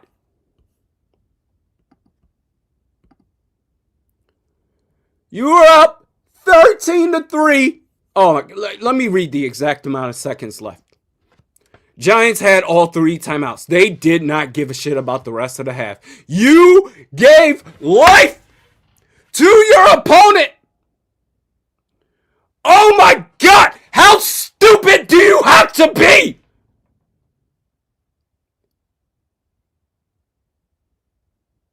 To continuously get away with this shit all the time.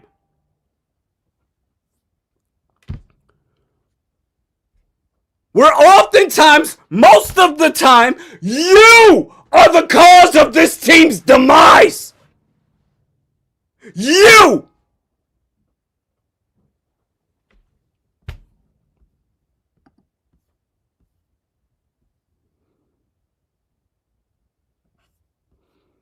How many seconds was left? That's what I was doing. I've never seen anyone at their profession go out of their way to be this fucking stupid. Never.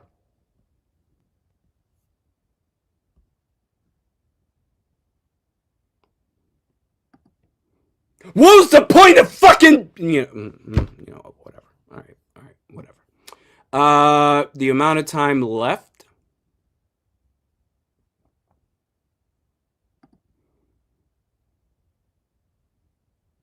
53 seconds. 53 seconds. They run the ball. Aaron Jones does for 6 yards. And the clock is running. Clock is running. And then decided, you know what? Second down. We're going to go out shotgun. Call a pass play. With 36 seconds left to go. KOC is the dumbest head coach in the league. It's like, nah, we back now. We're back. Nah. We are so back. KOC needs to be fired. Everybody needs to be fired. We're back on that shit now. And I tried, and this dude might be hurt. He might be hurt. His hand, wiggling his hand. We'll see what that's about. Questionable to return. Nah. We back on that shit. We back on it.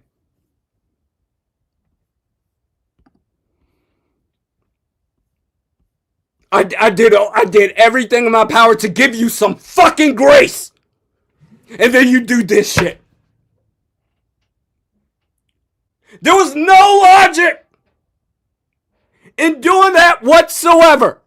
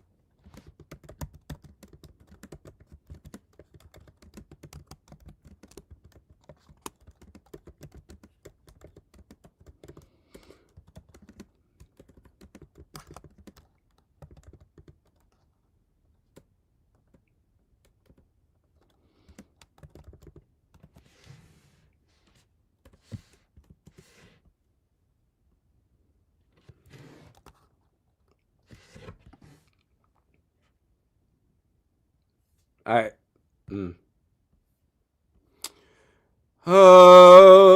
Okay. Kevin O'Connell, you bum ass coach, can't call plays worth a shit.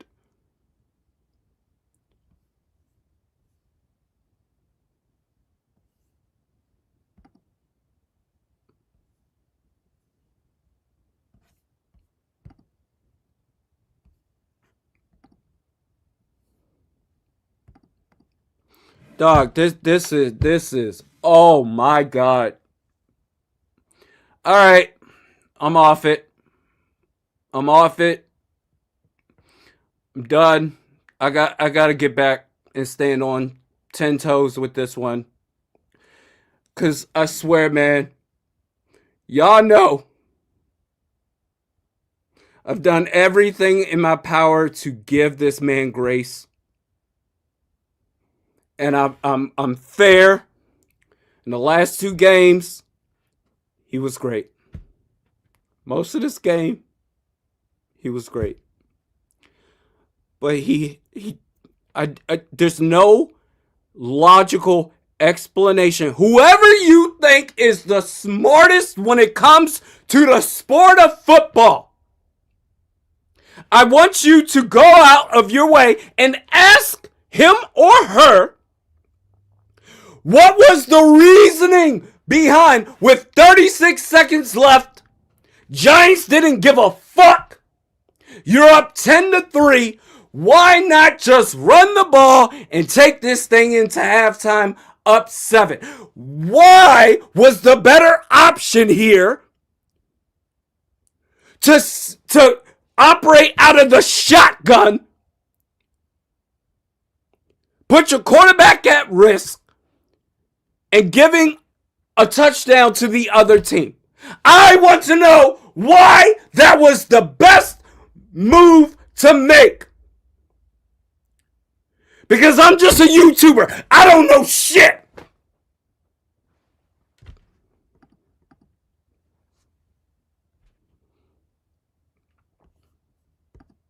All right.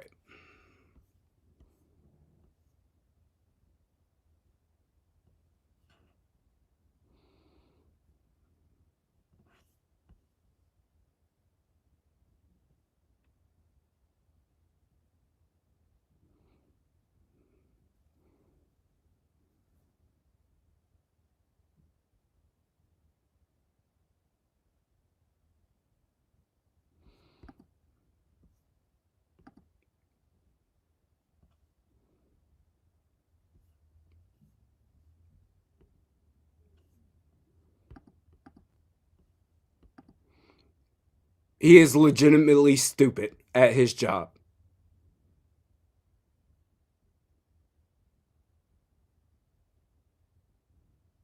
I hope you feel good about yourself.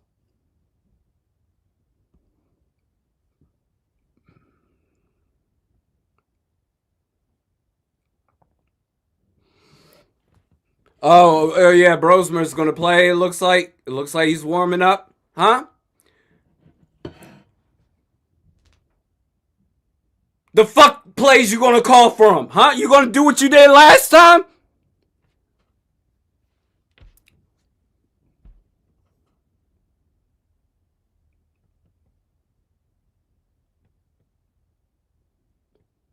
All right. Oh my God. I thought you were. Don't look at JJ McCarthy like you're concerned about his hand injury, you fucking bum.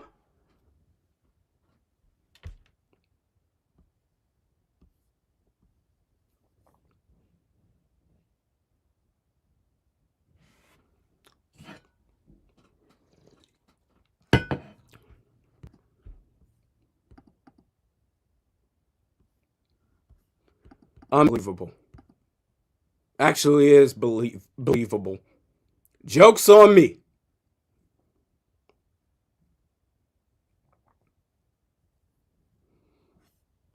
See if we can get an update. Giants get the ball back. Got it past the... Looks like it's going to be spotted at about their own 31-yard line. See if we can get an update on KOC getting his quarterback hurt. Kevin Seifert, it's the guy I go to in real time when I need an update. JJ McCarthy hand is out. Oh boy, Max Brosmer will open the second half when the... Oh my God. Oh my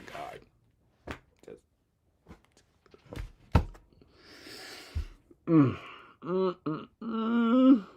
He's out, according to Kevin Seifert. Oh my gosh. There's still 2 more games to go. He needs his reps. And KLC apparently you don't want to give him reps. Go and get Aaron Rodgers, you moron.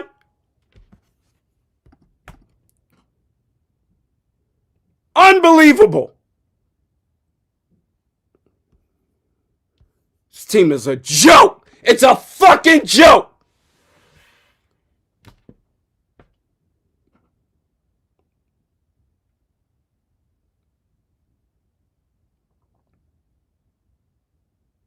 I hope you're happy. Because now we get to tank. And we get a high draft pick, maybe, for KOC to find a way to fuck that up too.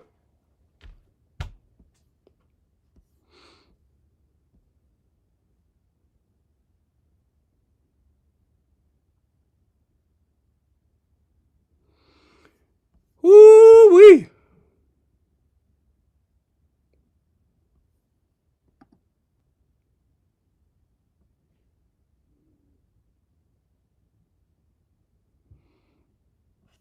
Unbelievable. Help out your fucking quarterback. And you don't even know how to do that.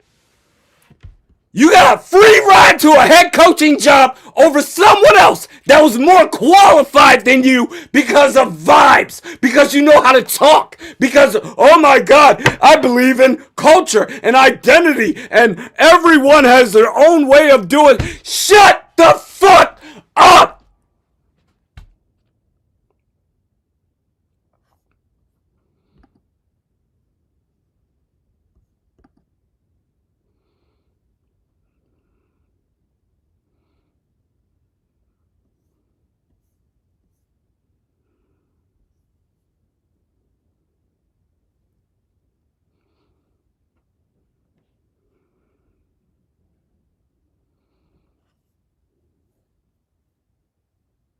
We had a good thing going. Finally, in a fucking lost season, we had something to look forward to. And then KOC stepped in and said, not today.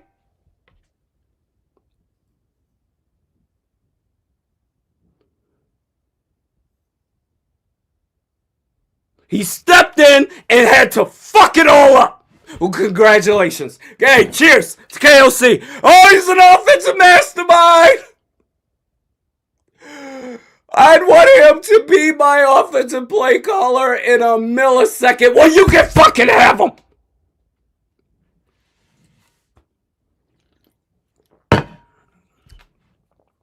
Nah, man. Nah.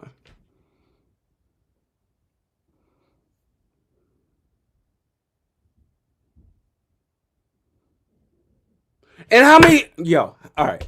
How many times have I said this season with the watch parties, I'm not even paying attention to KOC. It's whatever, he is who he is. But he always just jumps another level to where it's like I didn't even see that coming. Bro, we're going into halftime. It's 17 seconds left. You're calling a shotgun play. Up 10-3.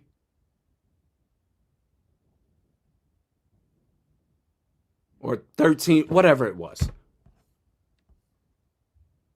Up 10 points.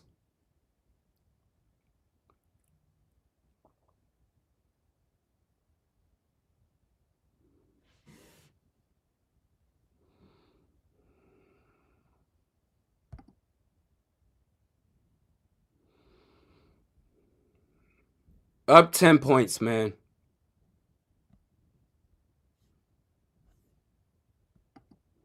And you give the Giants life. KOC is more invested in helping the opposition win than trying to help his own team win.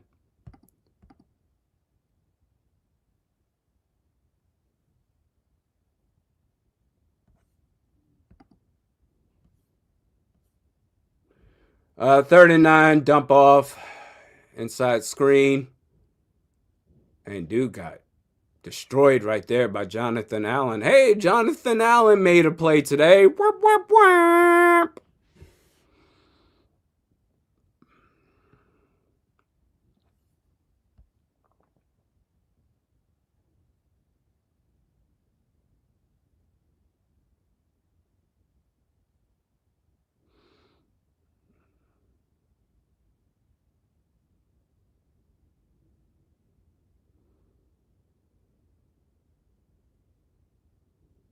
I can't stand this dude.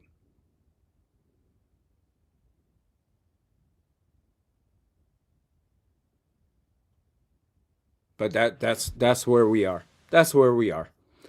So the Vikings are going on the field with their offense.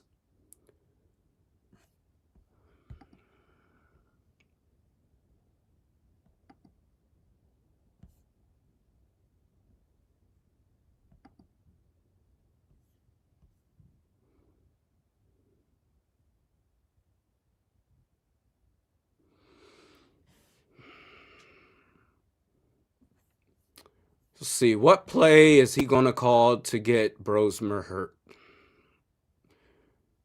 Who's the next quarterback up? Who's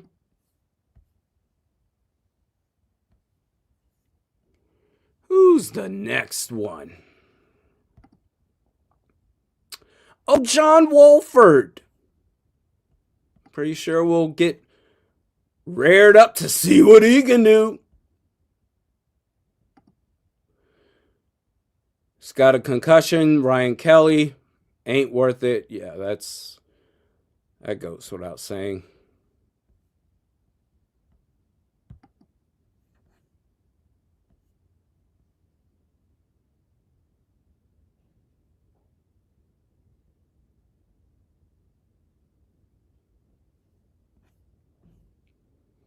You know what? This is bad. If this turns out to be like a bad lingering injury or whatever, and the question becomes, all right, what do you do at quarterback? Like, do you consider Joe Burrow? No, you shouldn't consider anybody.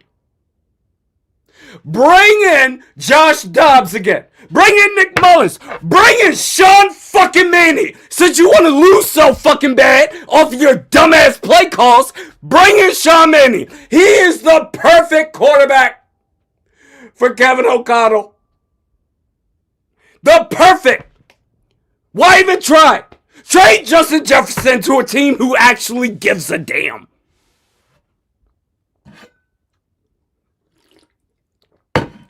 This fake ass head coach.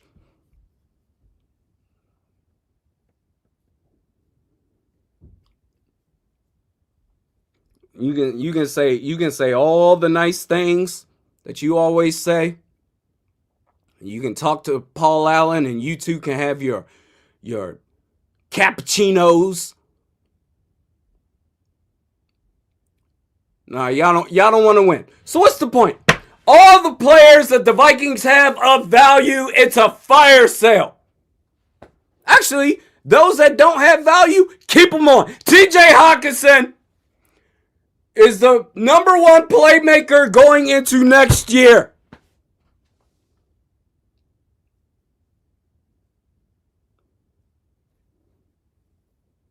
Daniel says, bring in Tua. Yup. Bring in Tua. That's our quarterback. Aaron Jones gets a couple of yards. Oh, wow. Gets a first down and more. All right. See if we get more updates on McCarthy.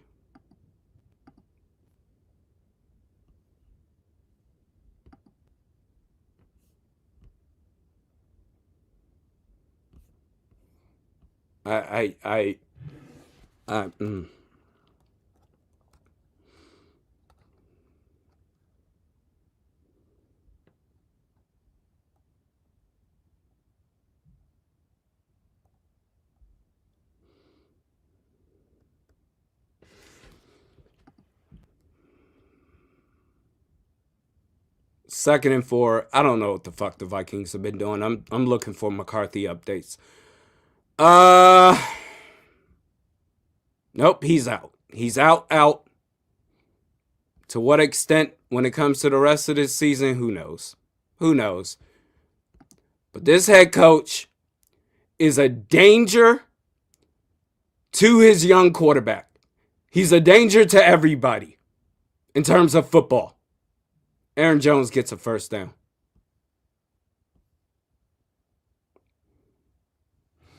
I don't want to hear shit about quarterbacks or any sort of upgrades until both of these clowns are gone. Kwesi Adofo-Mensah and KOC, get the fuck out!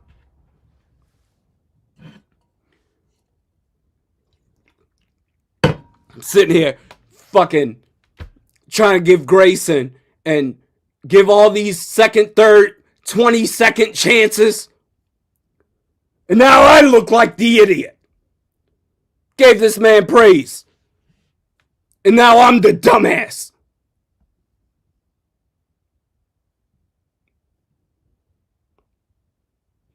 Max Brosmer, play action, dumps it off to TJ Hawkinson, gets about 3 yards. Okay.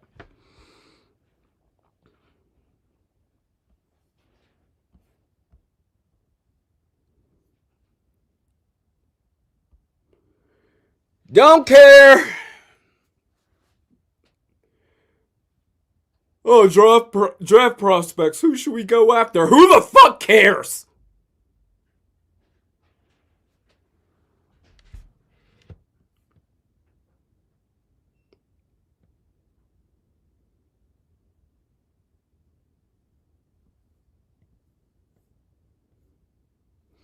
Second and 8.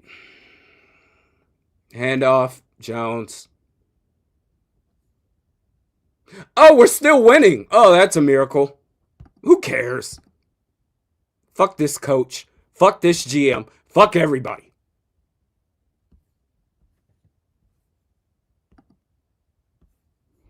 Stupid play call results in your quarterback needing every rep that he can get, being out for the game, and who knows, maybe out for the season.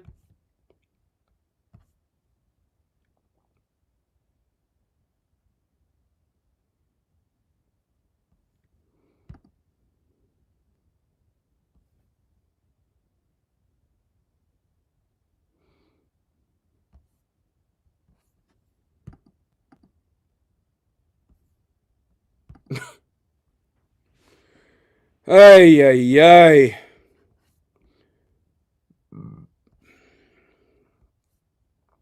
I need to drink some more. But got the rest of this game to cover coherently. And then I gotta do a post-game vid.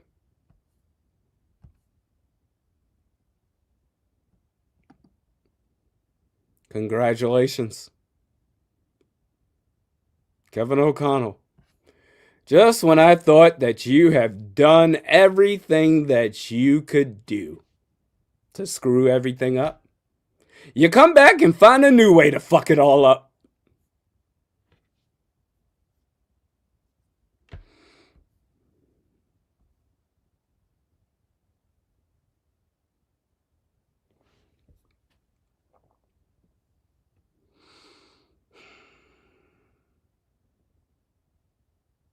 And they're still up by 3. They're still up by 3. Okay.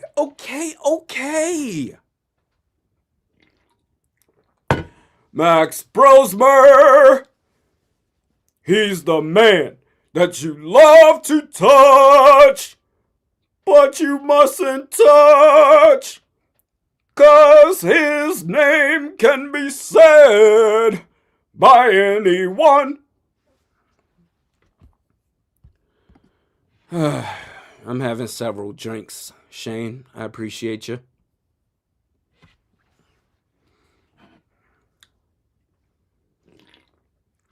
Second and 12.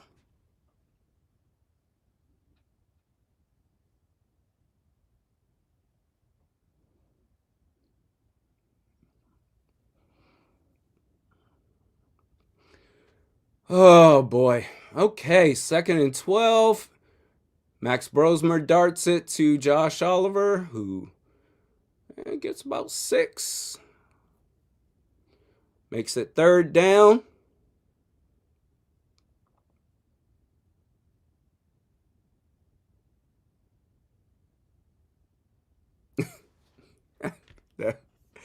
Oh my gosh.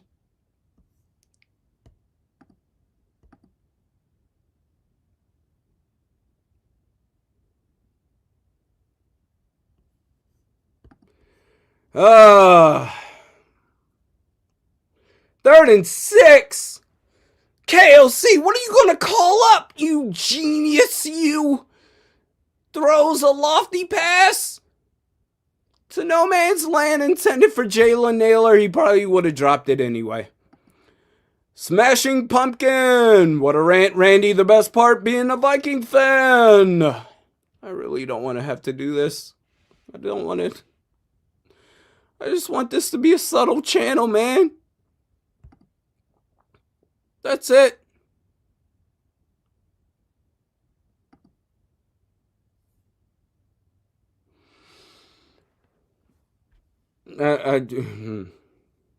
Hey, Kurt Warner, tell me why that was a good play with 17 seconds left in the half to call a shotgun that results in your quarterback getting hurt, taking away invaluable reps.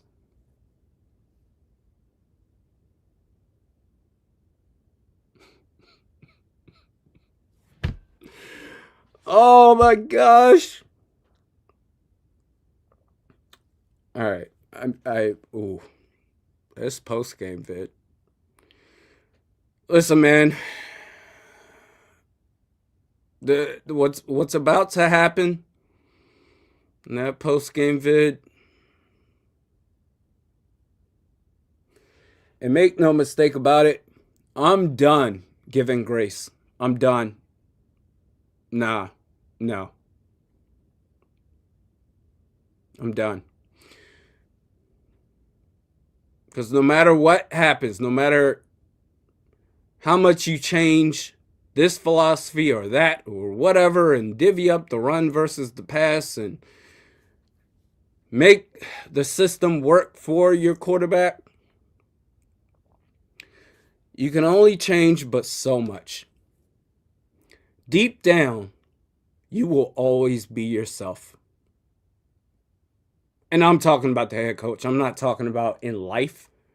as far as like people can change and do all these sorts of different things to recognize all the mistakes that they made and be a completely different person and whatever and make changes that make themselves better. But when it comes to this head coach, he's never going to change. And I can't believe I put myself out there to really give him the credit that, well, quite frankly, he deserved the last 2 games. But it's clear that you're never going to change. At your core, you have to find a way to do some dumb shit no matter what, at the expense of your own team. You're still up 13-10. And so I guess technically you might end up getting this win because Jackson Dart ain't doing a damn thing. But nah. No.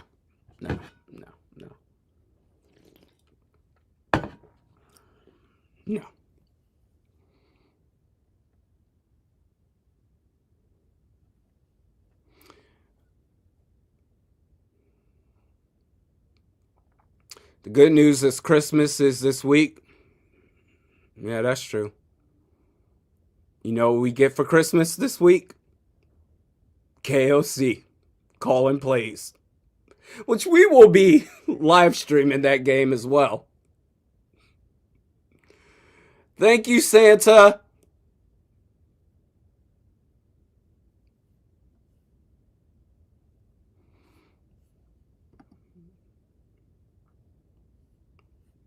Let's see. Let's. Do we have more specifics on the injury to McCarthy?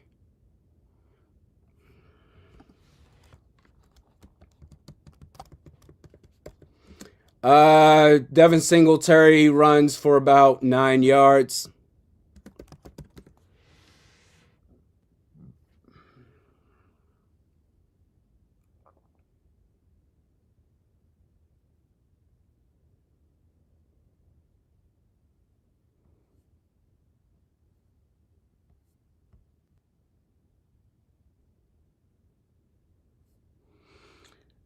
I see videos of McCarthy reacting to his hand injury. Looks like an athletic trainer tried to tend to it, and he's going through all holy hell right now.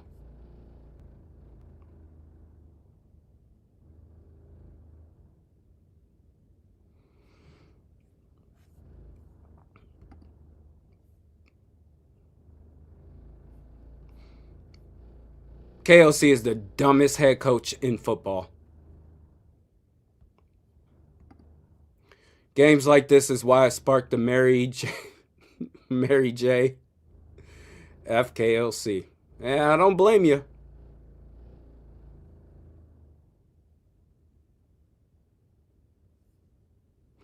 Don't blame you one bit.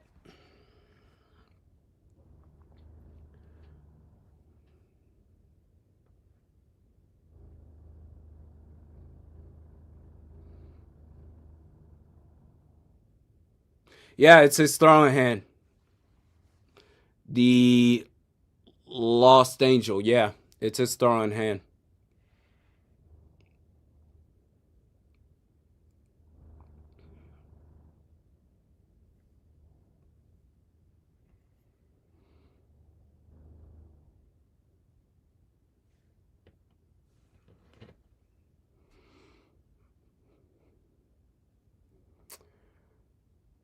Oh, okay. So Giants, they got a couple of yards right there on that last play. A screen pass to Devin Singletary. Actually, it wasn't even a screen. It was more so just a outlet pass. No blockers for the screen. But on 3rd and 11, at their own 36-yard line, ball snaps and play is dead. Why? Who knows? False start. Oh.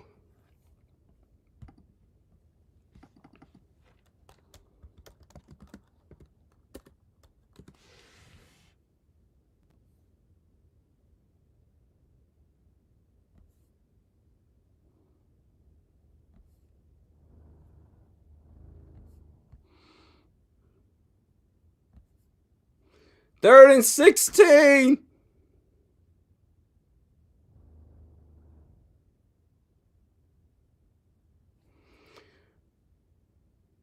Throws the ball, and it's complete to somebody. Don't know who. About 3 yards shy of the line to gain.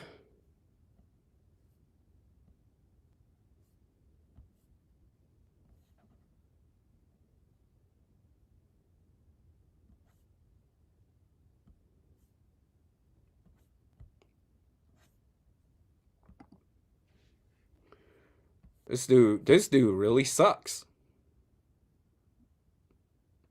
Like, legit. I don't think there's any other on 4th and 2, the the Giants get a first down. This dude really sucks. KOC, it's something about Minnesota. Must be Minnesota nice or something. And even for the big networks, man, it's I don't know. You get unlimited mulligans out in this piece. Handoff, Singletary for about 5 yards.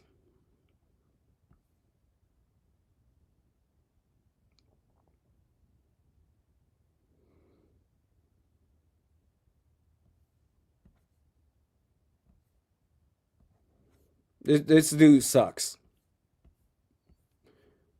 I'm done giving grace. I'm done trying to hope that something will click in his head. Nah, I'm done. Fire everybody. 2nd and 6. Play action. Jackson Dart can't do a damn thing. Get sacked.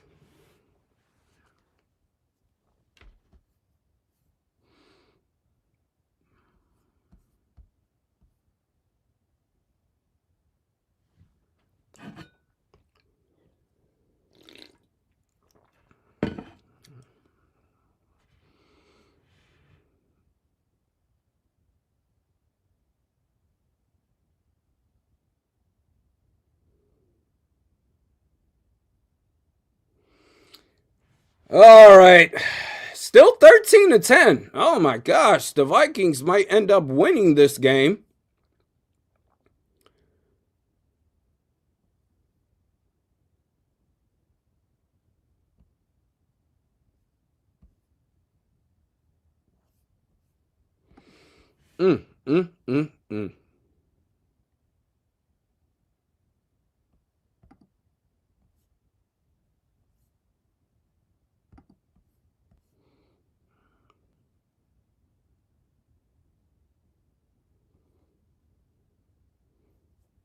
Well, 17 seconds left. We're going to call it a shotgun. That'll get them. They'll never see it coming.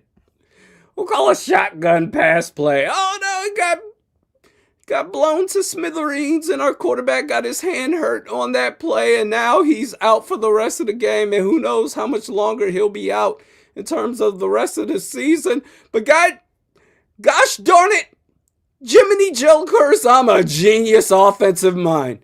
You fucking clown.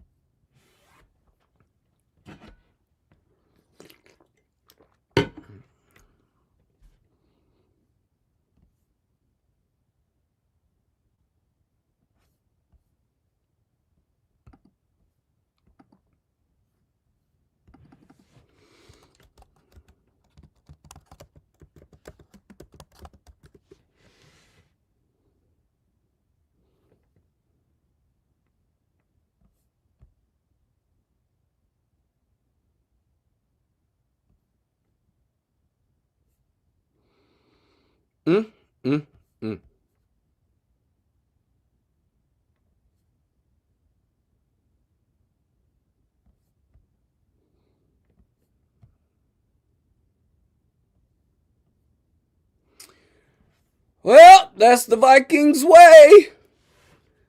Right? Mark and Ziggy? It's the way, isn't it? We just care about culture. If you win some games, it doesn't matter.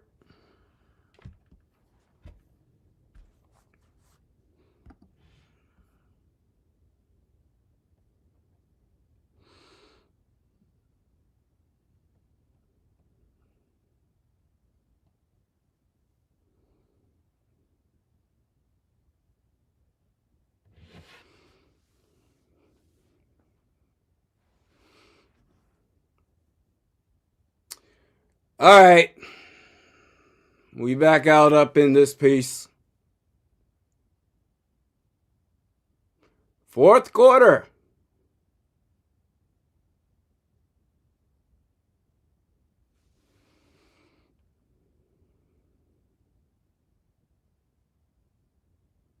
Ball snaps. Ball is at the 48, and he just got sacked.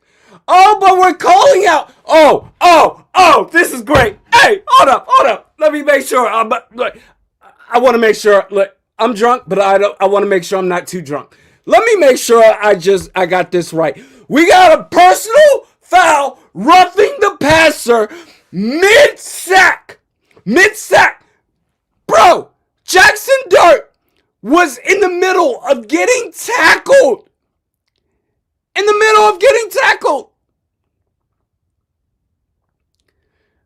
then a flag came out. You sons of bitches. You sons of bitches. This is amazing.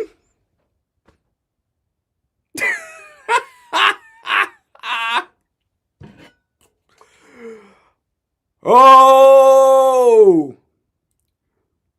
Soon may the Wellerman come to bring us sugar and tea and rum. One day when the tonguey is done, we'll take our leave and go.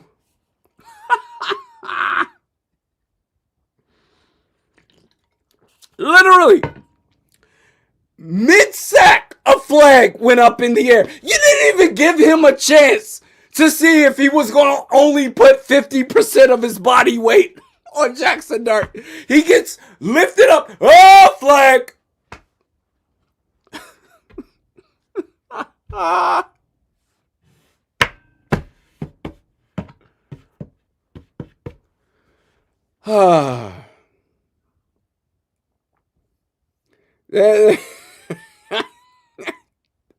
Didn't even get a chance for the sack to land.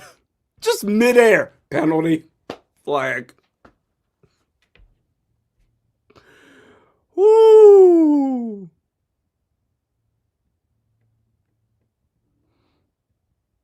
Pitch left. Devin Singletary. Oh my gosh. They get in the red zone.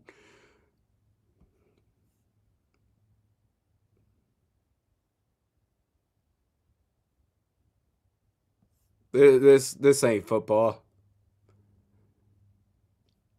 This is not football. This is footsies. Devin flag on the play. We'll see. I'm guessing that's going to be a hold on the Giants. But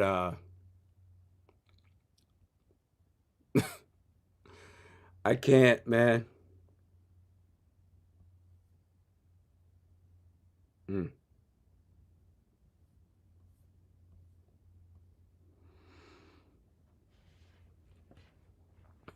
This is crazy. This is frustrating. Between KOC destroying his quarterback and the referees just eliminating sacks for a stat line.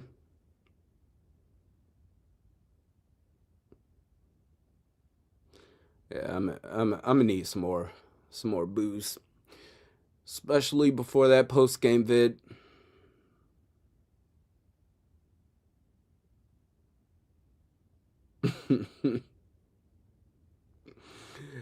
Oh, that post-game vid. Okay. Well.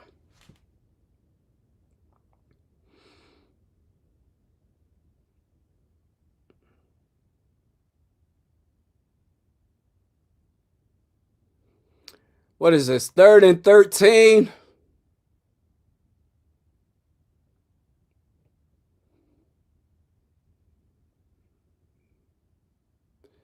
And they throw it short. Come on, refs. You want to throw out the flag? You've been doing it for all sorts of dumb shit up to this point. Go ahead and throw a flag. For shits and giggles. This is crazy. 4th down. Oh boy, are we about to get a tie ball game?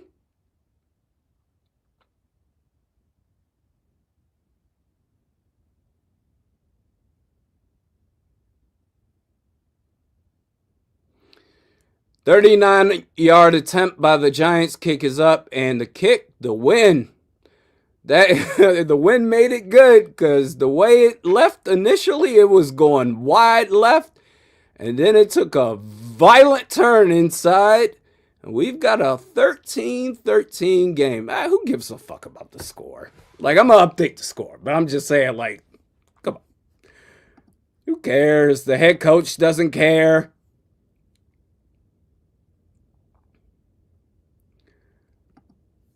Head coach doesn't care. Refs don't care.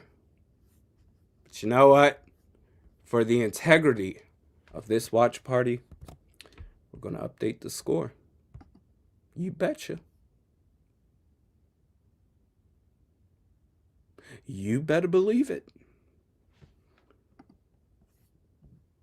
Excuse me.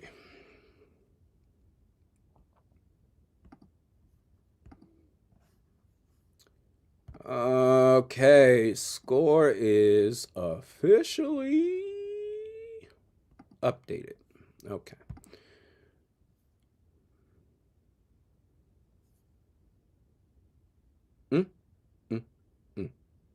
Can't sack.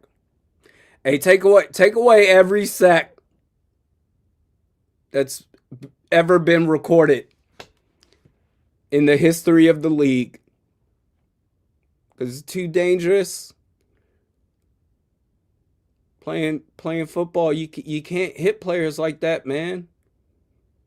You got to be gentle. I've never seen a penalty called for roughing the passer mid-sack. But that's what just happened. That's great. Midi, hang in there, Randy. It can't get any worse right. Famous last words. I mean, when you got your KOC, when you got your head coach playing against you, when you got the referees calling dumbass penalties, I mean, everything's possible.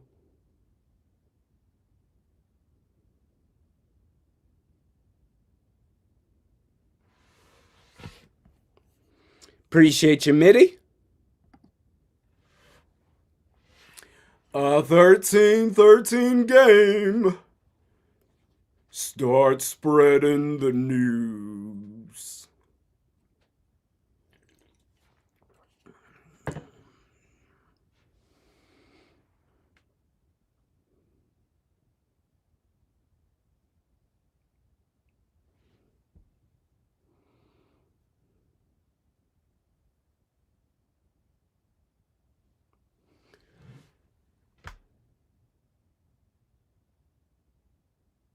I want to be a part of it. New York, New York. Miles Price gets past the 20, 25, close to the 30. He gets to the 30, but there's a flag on the play.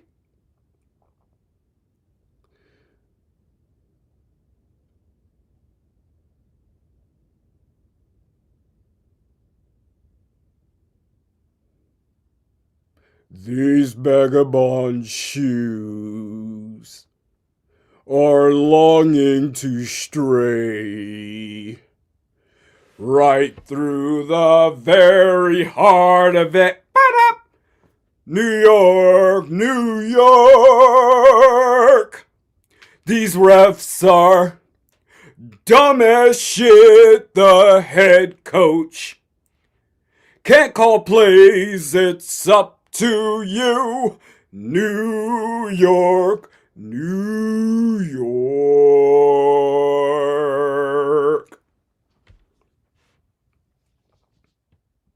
Look at the refs.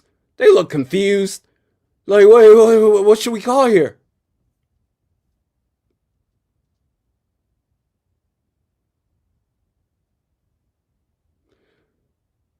Something against the Vikings. Yep. New York, New York. I want to wake up in a city that doesn't sleep.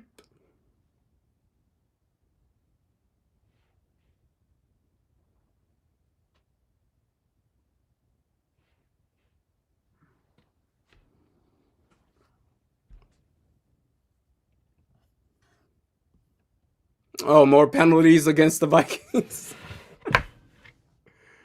Oh, there's one against the Giants as well.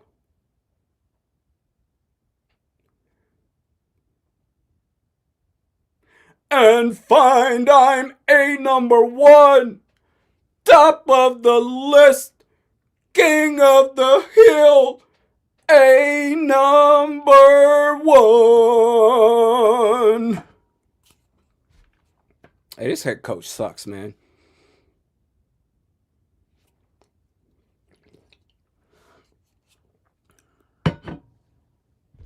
All right, 31-yard line of Minnesota. Vikings offense starts this drive. They hand it off to Aaron Jones.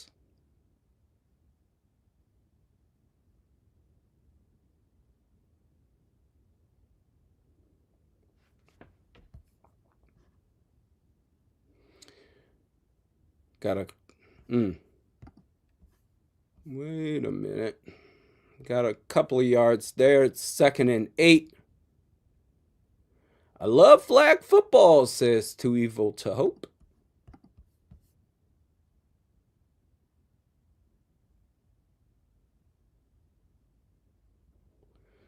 Second and 8. Brosmer gets sacked.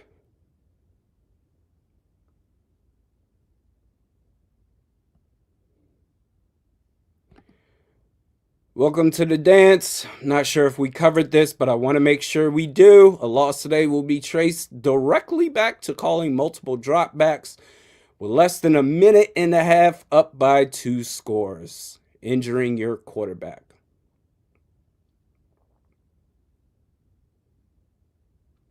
Third and 17. These little town blues.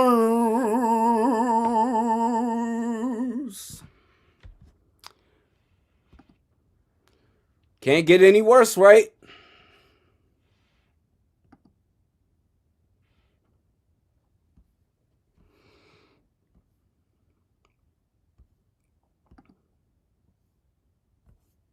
This team. Wow.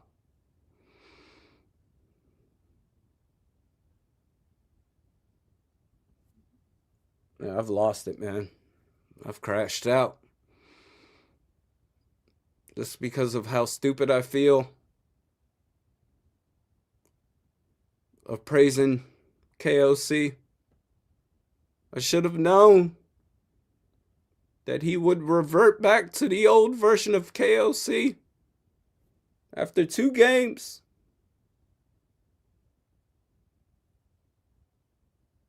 Are longing to stray.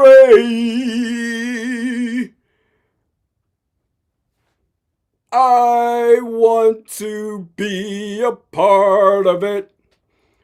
In old New York.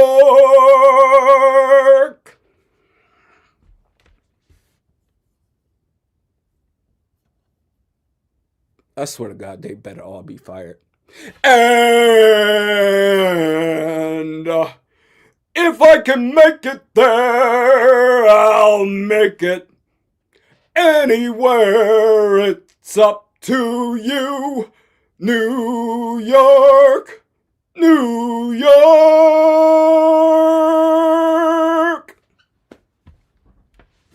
All right. New York. Okay, I'm done. I'm done. I'm done. I'm done. Fire everybody. I'm back on the train, and I'm not getting off. I'm not getting off. All these bums better go. KOC, any update on McCarthy? I'm going to give you live updates. Ah.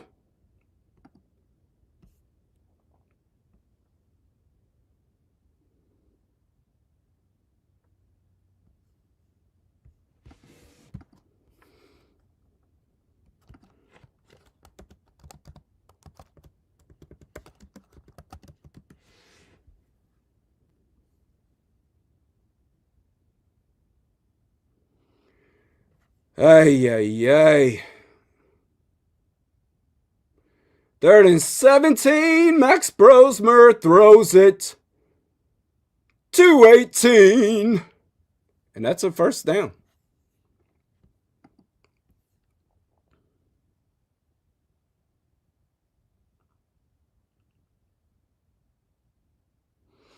That's a first down. Toe dragging his way on 3rd and 18 is 18. Hand off to CJ Ham. Goes for a couple.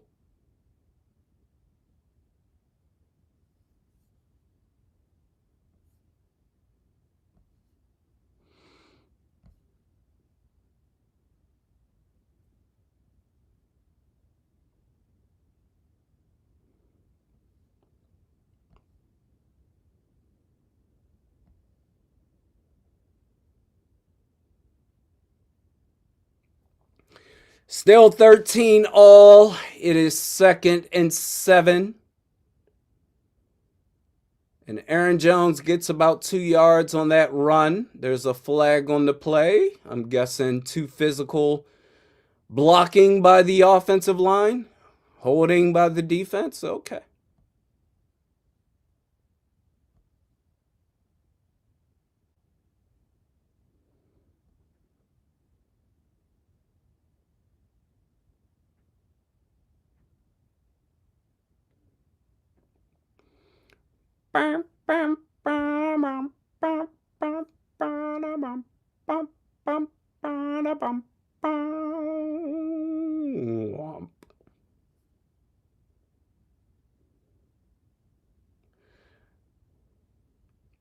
All right, 1st and 10 at the 45. Play action.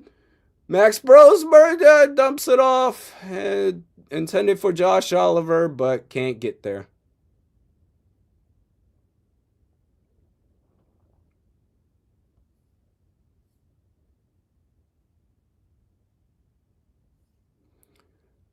Ay, ay, ay.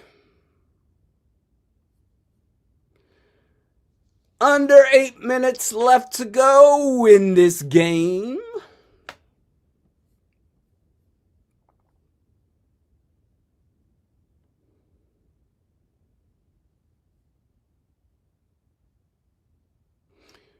Second and 10. Snap the ball, you bum!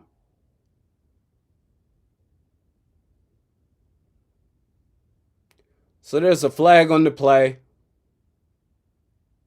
Offsides. I say get a free play. Max Brosmer snapped him. Or who is it?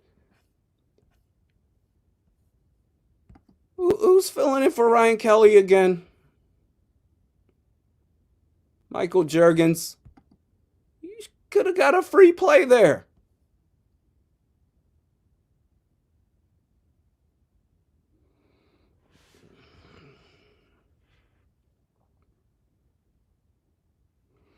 2nd and 5 after the penalty, and Aaron Jones gets 4 on the play. That's going to bring up 3rd and 1.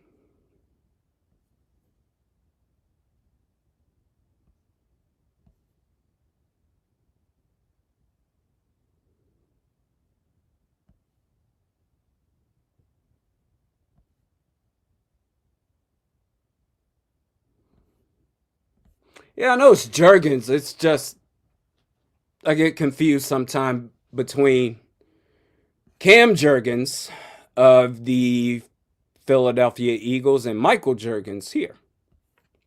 I wonder if they're related.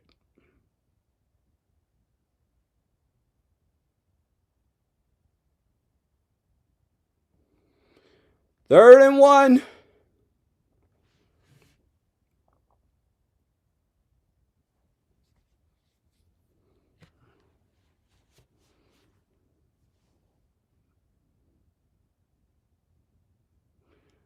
Pitch out. Aaron Jones gets a 1st down and more. Drive continues.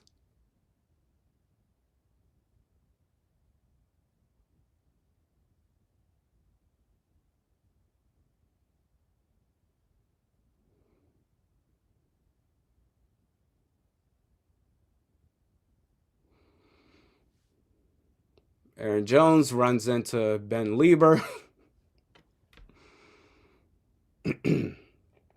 So the ball is now smack at the 30-yard line of the Giants for this Vikings offense. A little over 7 minutes to go in this game. Handoff, Aaron Jones has to pause, regroup, and gets about 2 or 3 yards.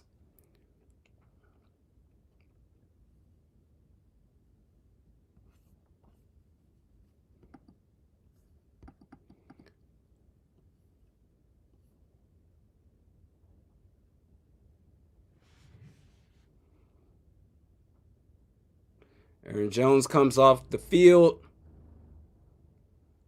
Looks a bit exhausted.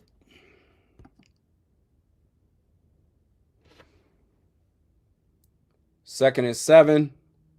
Ball at the 27. Naylor motioning. Screen to Xavier Scott. Good blocking. Gets a 1st down. We are now officially in the red zone at the 19-yard line.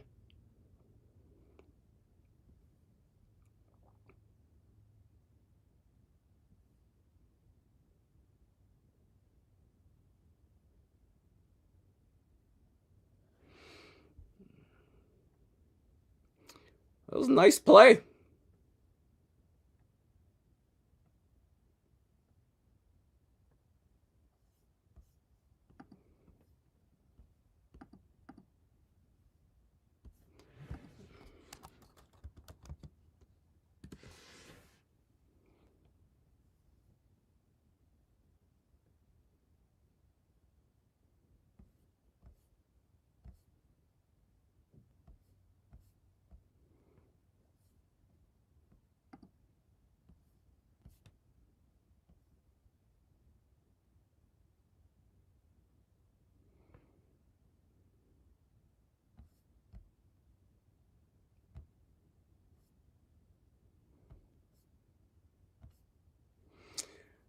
Okie dokie.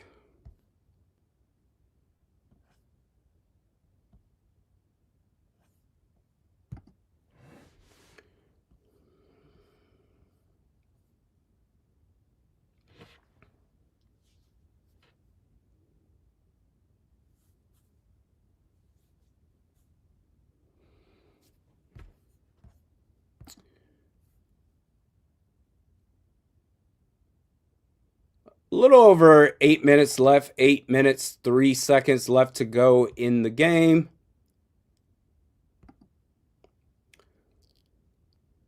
Giants took a timeout.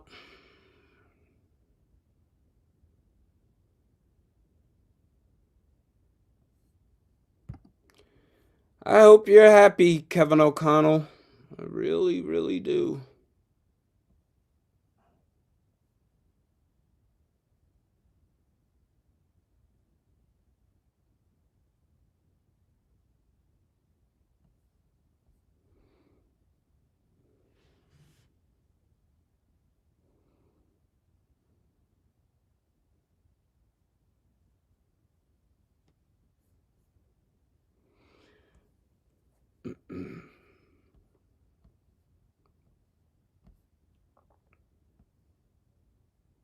Secret says the Giants are trying their best to lose. Yeah, neither team is great.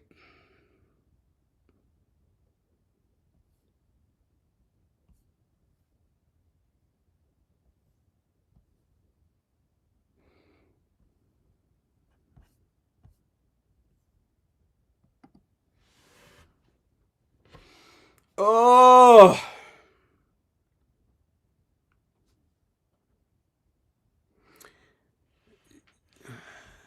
G-Max says, wouldn't it be just like the Wilfs to keep KOC and Quasi? We should probably get comfortable with that. Yeah, I'm already accepting of that. See the teams up here on the screen. Seattle, Philly, Chicago, all getting big wins. Well, Philly, they beat the Washington Commanders, so that's not really tough. But you look at those teams, man. It's like, what do the Vikings need to do to get to that level? Everything is the answer. They hand it off to, I believe, Xavier Scott again, who gets about 2, maybe 3 yards.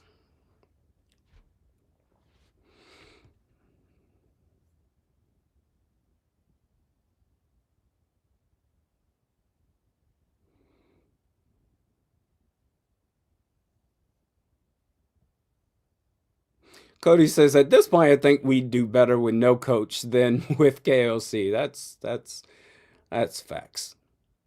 They should have like contests for the whole season. Like, pick a fan a week to call the offensive plays for a given game. They should do that. We might give the Vikings a chance. They might make a run in the playoffs if you let the fans call the plays.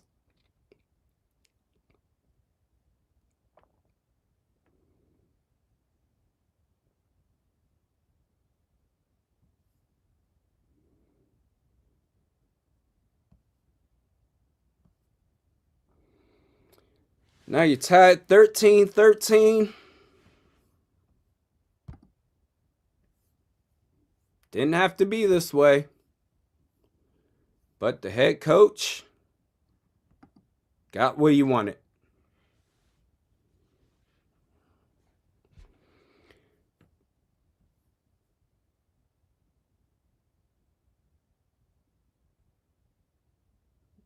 He's a clown. A total clown. But everyone is gonna continue kissing his ass.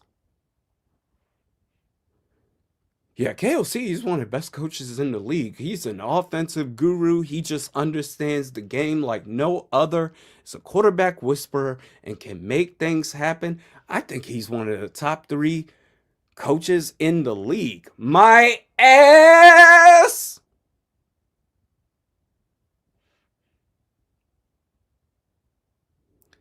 Let me tell you something, Yank. You can bring in Joe Burrow. Actually, you know what? Joe Burrow, there's only a few quarterbacks that can really just overcome the stupidity of KOC as a head coach. Joe Burrow's one of them, if he can stay healthy, that is.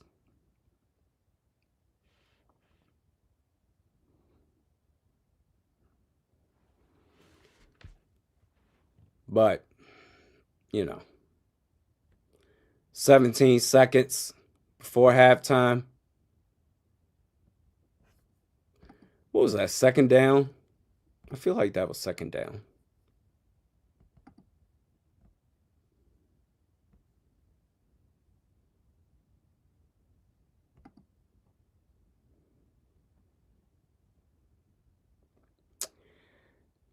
No, it was actually 1st and 10. They ran the ball. And then on 2nd and 4, that was when the fumble happened. Why? Calling a shotgun play. I mean, you can blame multiple people, KOC and or Brian O'Neill. Like, yes, Brian O'Neill whiffed on that pass block, didn't even whiff on it, didn't even block Brian Burns. Got a free rush right there, but calling a shotgun pass play in the first place is prime stupidity. And that's Kevin O'Connell. You want dumbass coaching? Call KOC.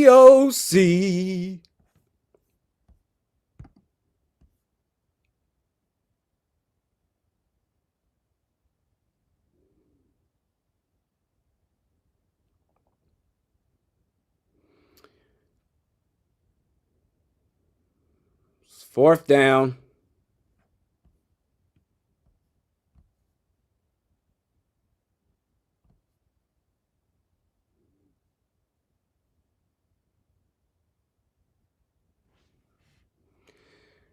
And the kick is up. The field goal is up by Will Reichert, Mr. MVP. And the kick is good. So Vikings are now up by 3 points, 16-13.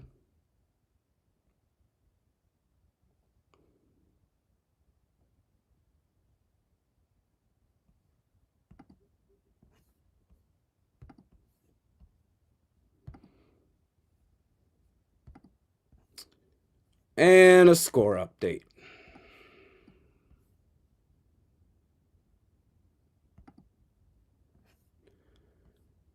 And there is 4 minutes, 15 seconds left to go. The Giants have 2 timeouts, plus there's the 2-minute warning still out there.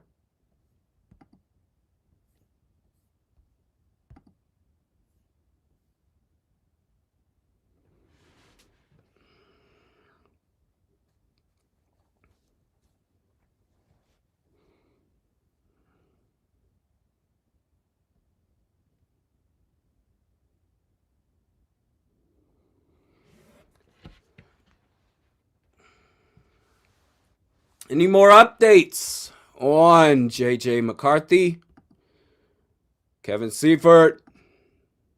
Oh, wait, no, he's out for the rest of the game. We know that. But is there any updates as far as the extent of his injury?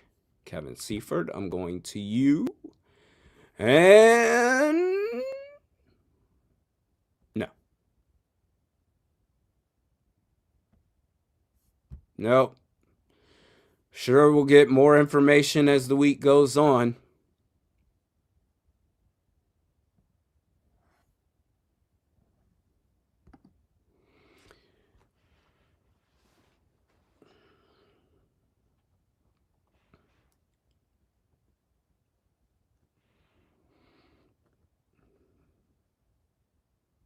Jonathan Vilma, the gatekeeper of penalties.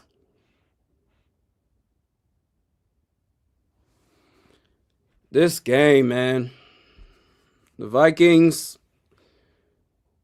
I mean, what is the path? I guess the path is, as long as the 2 dopes, Quasi and KOC, are still there, it's going to be much like we've seen, either in a winning season or a losing season. Sure, you can win games, maybe, but you're not going to do much in the playoffs. Or you have years like this where, I mean, you're trying to develop a quarterback. That's tough on its own, but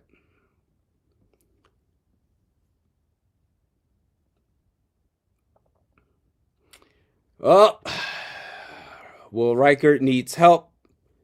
Needs a hold on this kickoff.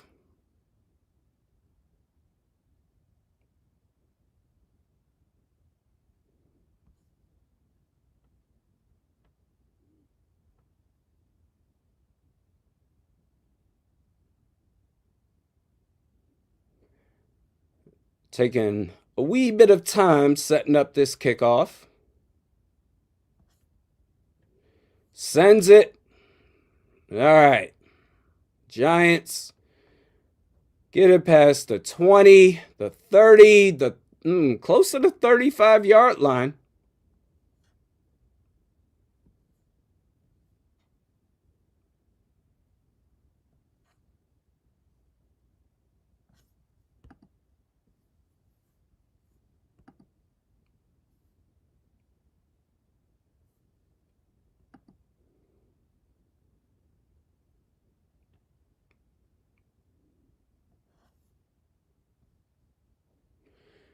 First and 10.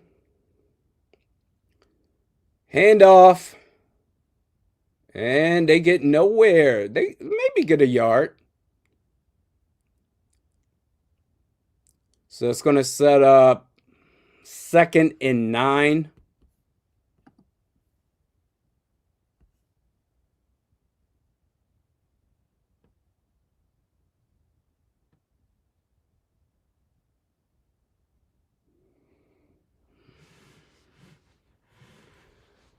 Second and 9, empty set. And this game is just a bum off. Dudes can, yo, who is that number 18? Wide open pass. Got a captain patch on his jersey. Is that Darius Slayton? Who dropped that? That's 2 drops today, one from each team, where the receiver just had the ball and then just somehow dropped it. Darius Slayton right there, and then Jordan Addison in the first half. Damn, man. Receivers they might be on the verge of extinction. Can't nobody catch the ball. Throws it. There's a flag on the play, which I'm sure it's going to go against the Vikings, because why wouldn't it?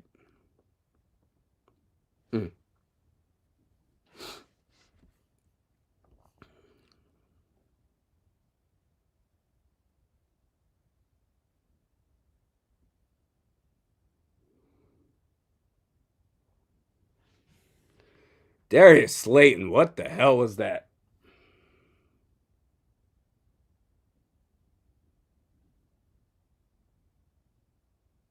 Hold up.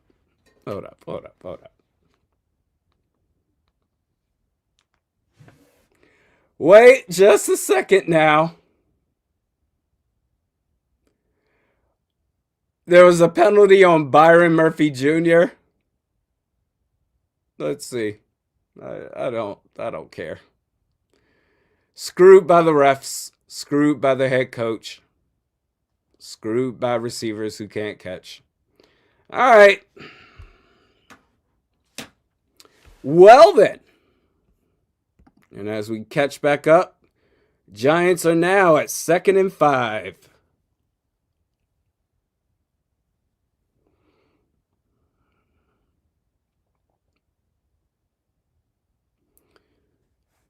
Handoff, and they get nowhere.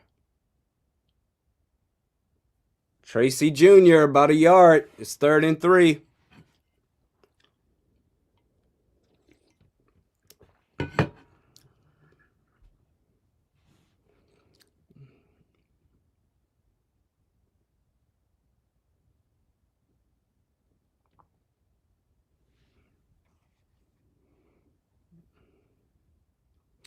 Ball is at the 47. 3rd and 3. Yo, Jackson Dart hasn't done much of anything. Pump fakes, and then ball gets batted. Jalen Redmond.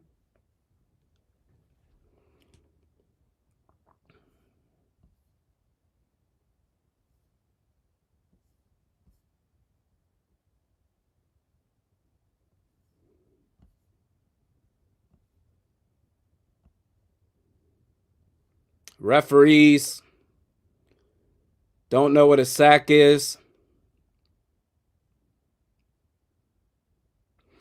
4th and 3. Come on, get a stop. I'm not trying to see overtime of this shitty-ass game. Ball snaps. Got him! Got him, AVG! Thank you so much for putting us out of our misery. Got a sack on 4th down. And that's the 2-minute warning right there. Vikings will get the ball back, and we'll see what happens. Giants got 2 timeouts remaining. Who knows? KOC, his dumbass coaching, he might call timeouts for the Giants for them.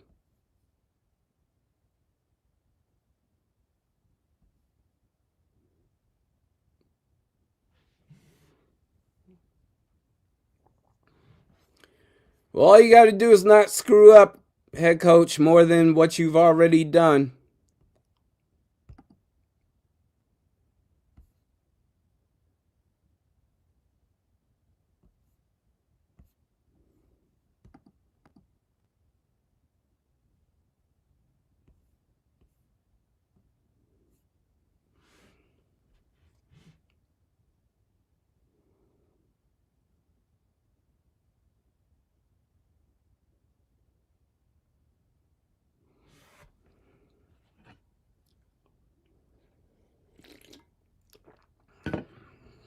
Man. Brian O'Neill, going back to him, man, he's had a tough year too. There's a lot of players that have been household names for a couple of years, and then they just, I don't know, fell by the wayside this year. Brian O'Neill, Jordan Addison, Ivan Pace.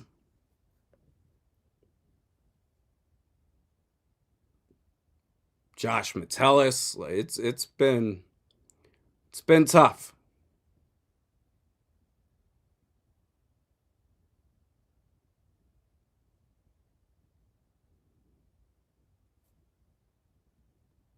Iconic says, "Get me out of this game, please."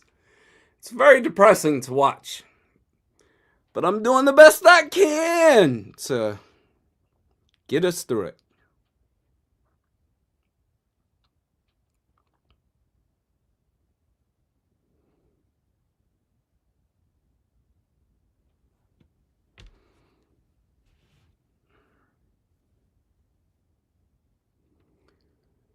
Showing the replay of the fourth down play. And that was, well, Dallas Turner got there first, and then AVG got there to finish the play off. We probably got this dub. Hooray. Congrats. I don't know. If they win this game, this will be one of the most disgusting wins I've ever seen. But, I mean, we'll see. 1:58 left to go. After a 2-minute warning commercial. They hand the ball off to Aaron Jones. Gets the ball back to the original line of scrimmage. No gain.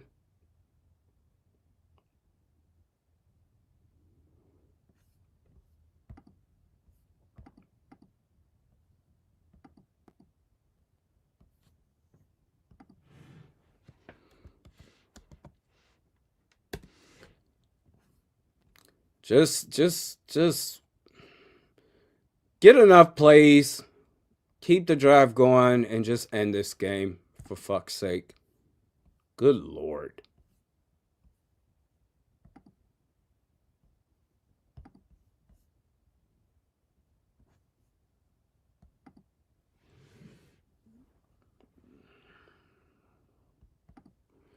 Megatron, keep doing your thing. Been down since day one. Appreciate you. Appreciate you all that have helped build this community up. It's a community. Was that Aaron Jones? I think that was Aaron Jones who got a couple of yards right there. It's 3rd and 8. And he is, man, holding on to his left hamstring. He should not be in this game. Okay, yeah, they're making a switch now. Xavier Scott's coming in for Aaron Jones.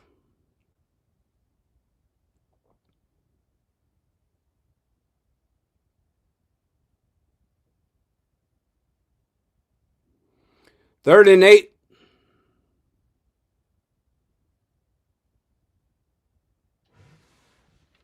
Appreciate you, Megatron.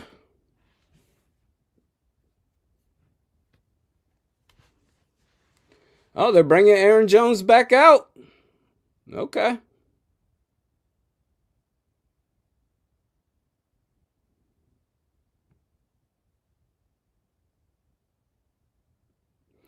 3rd and 8. Max Brosmer and the Vikings are at the 37-yard line of Minnesota's. Of the Giants. Aaron Jones. Wow. 3rd and 8. And gets 10 yards on the play. First down, Vikings. 1:35.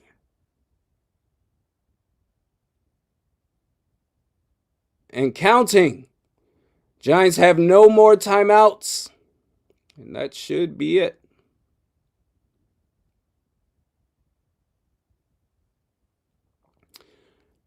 Vikings. They're going to get this win. They're going to move to 7 and 8 in the victory formation they are now. Takes a knee. Max Brosmer. Clock is ticking.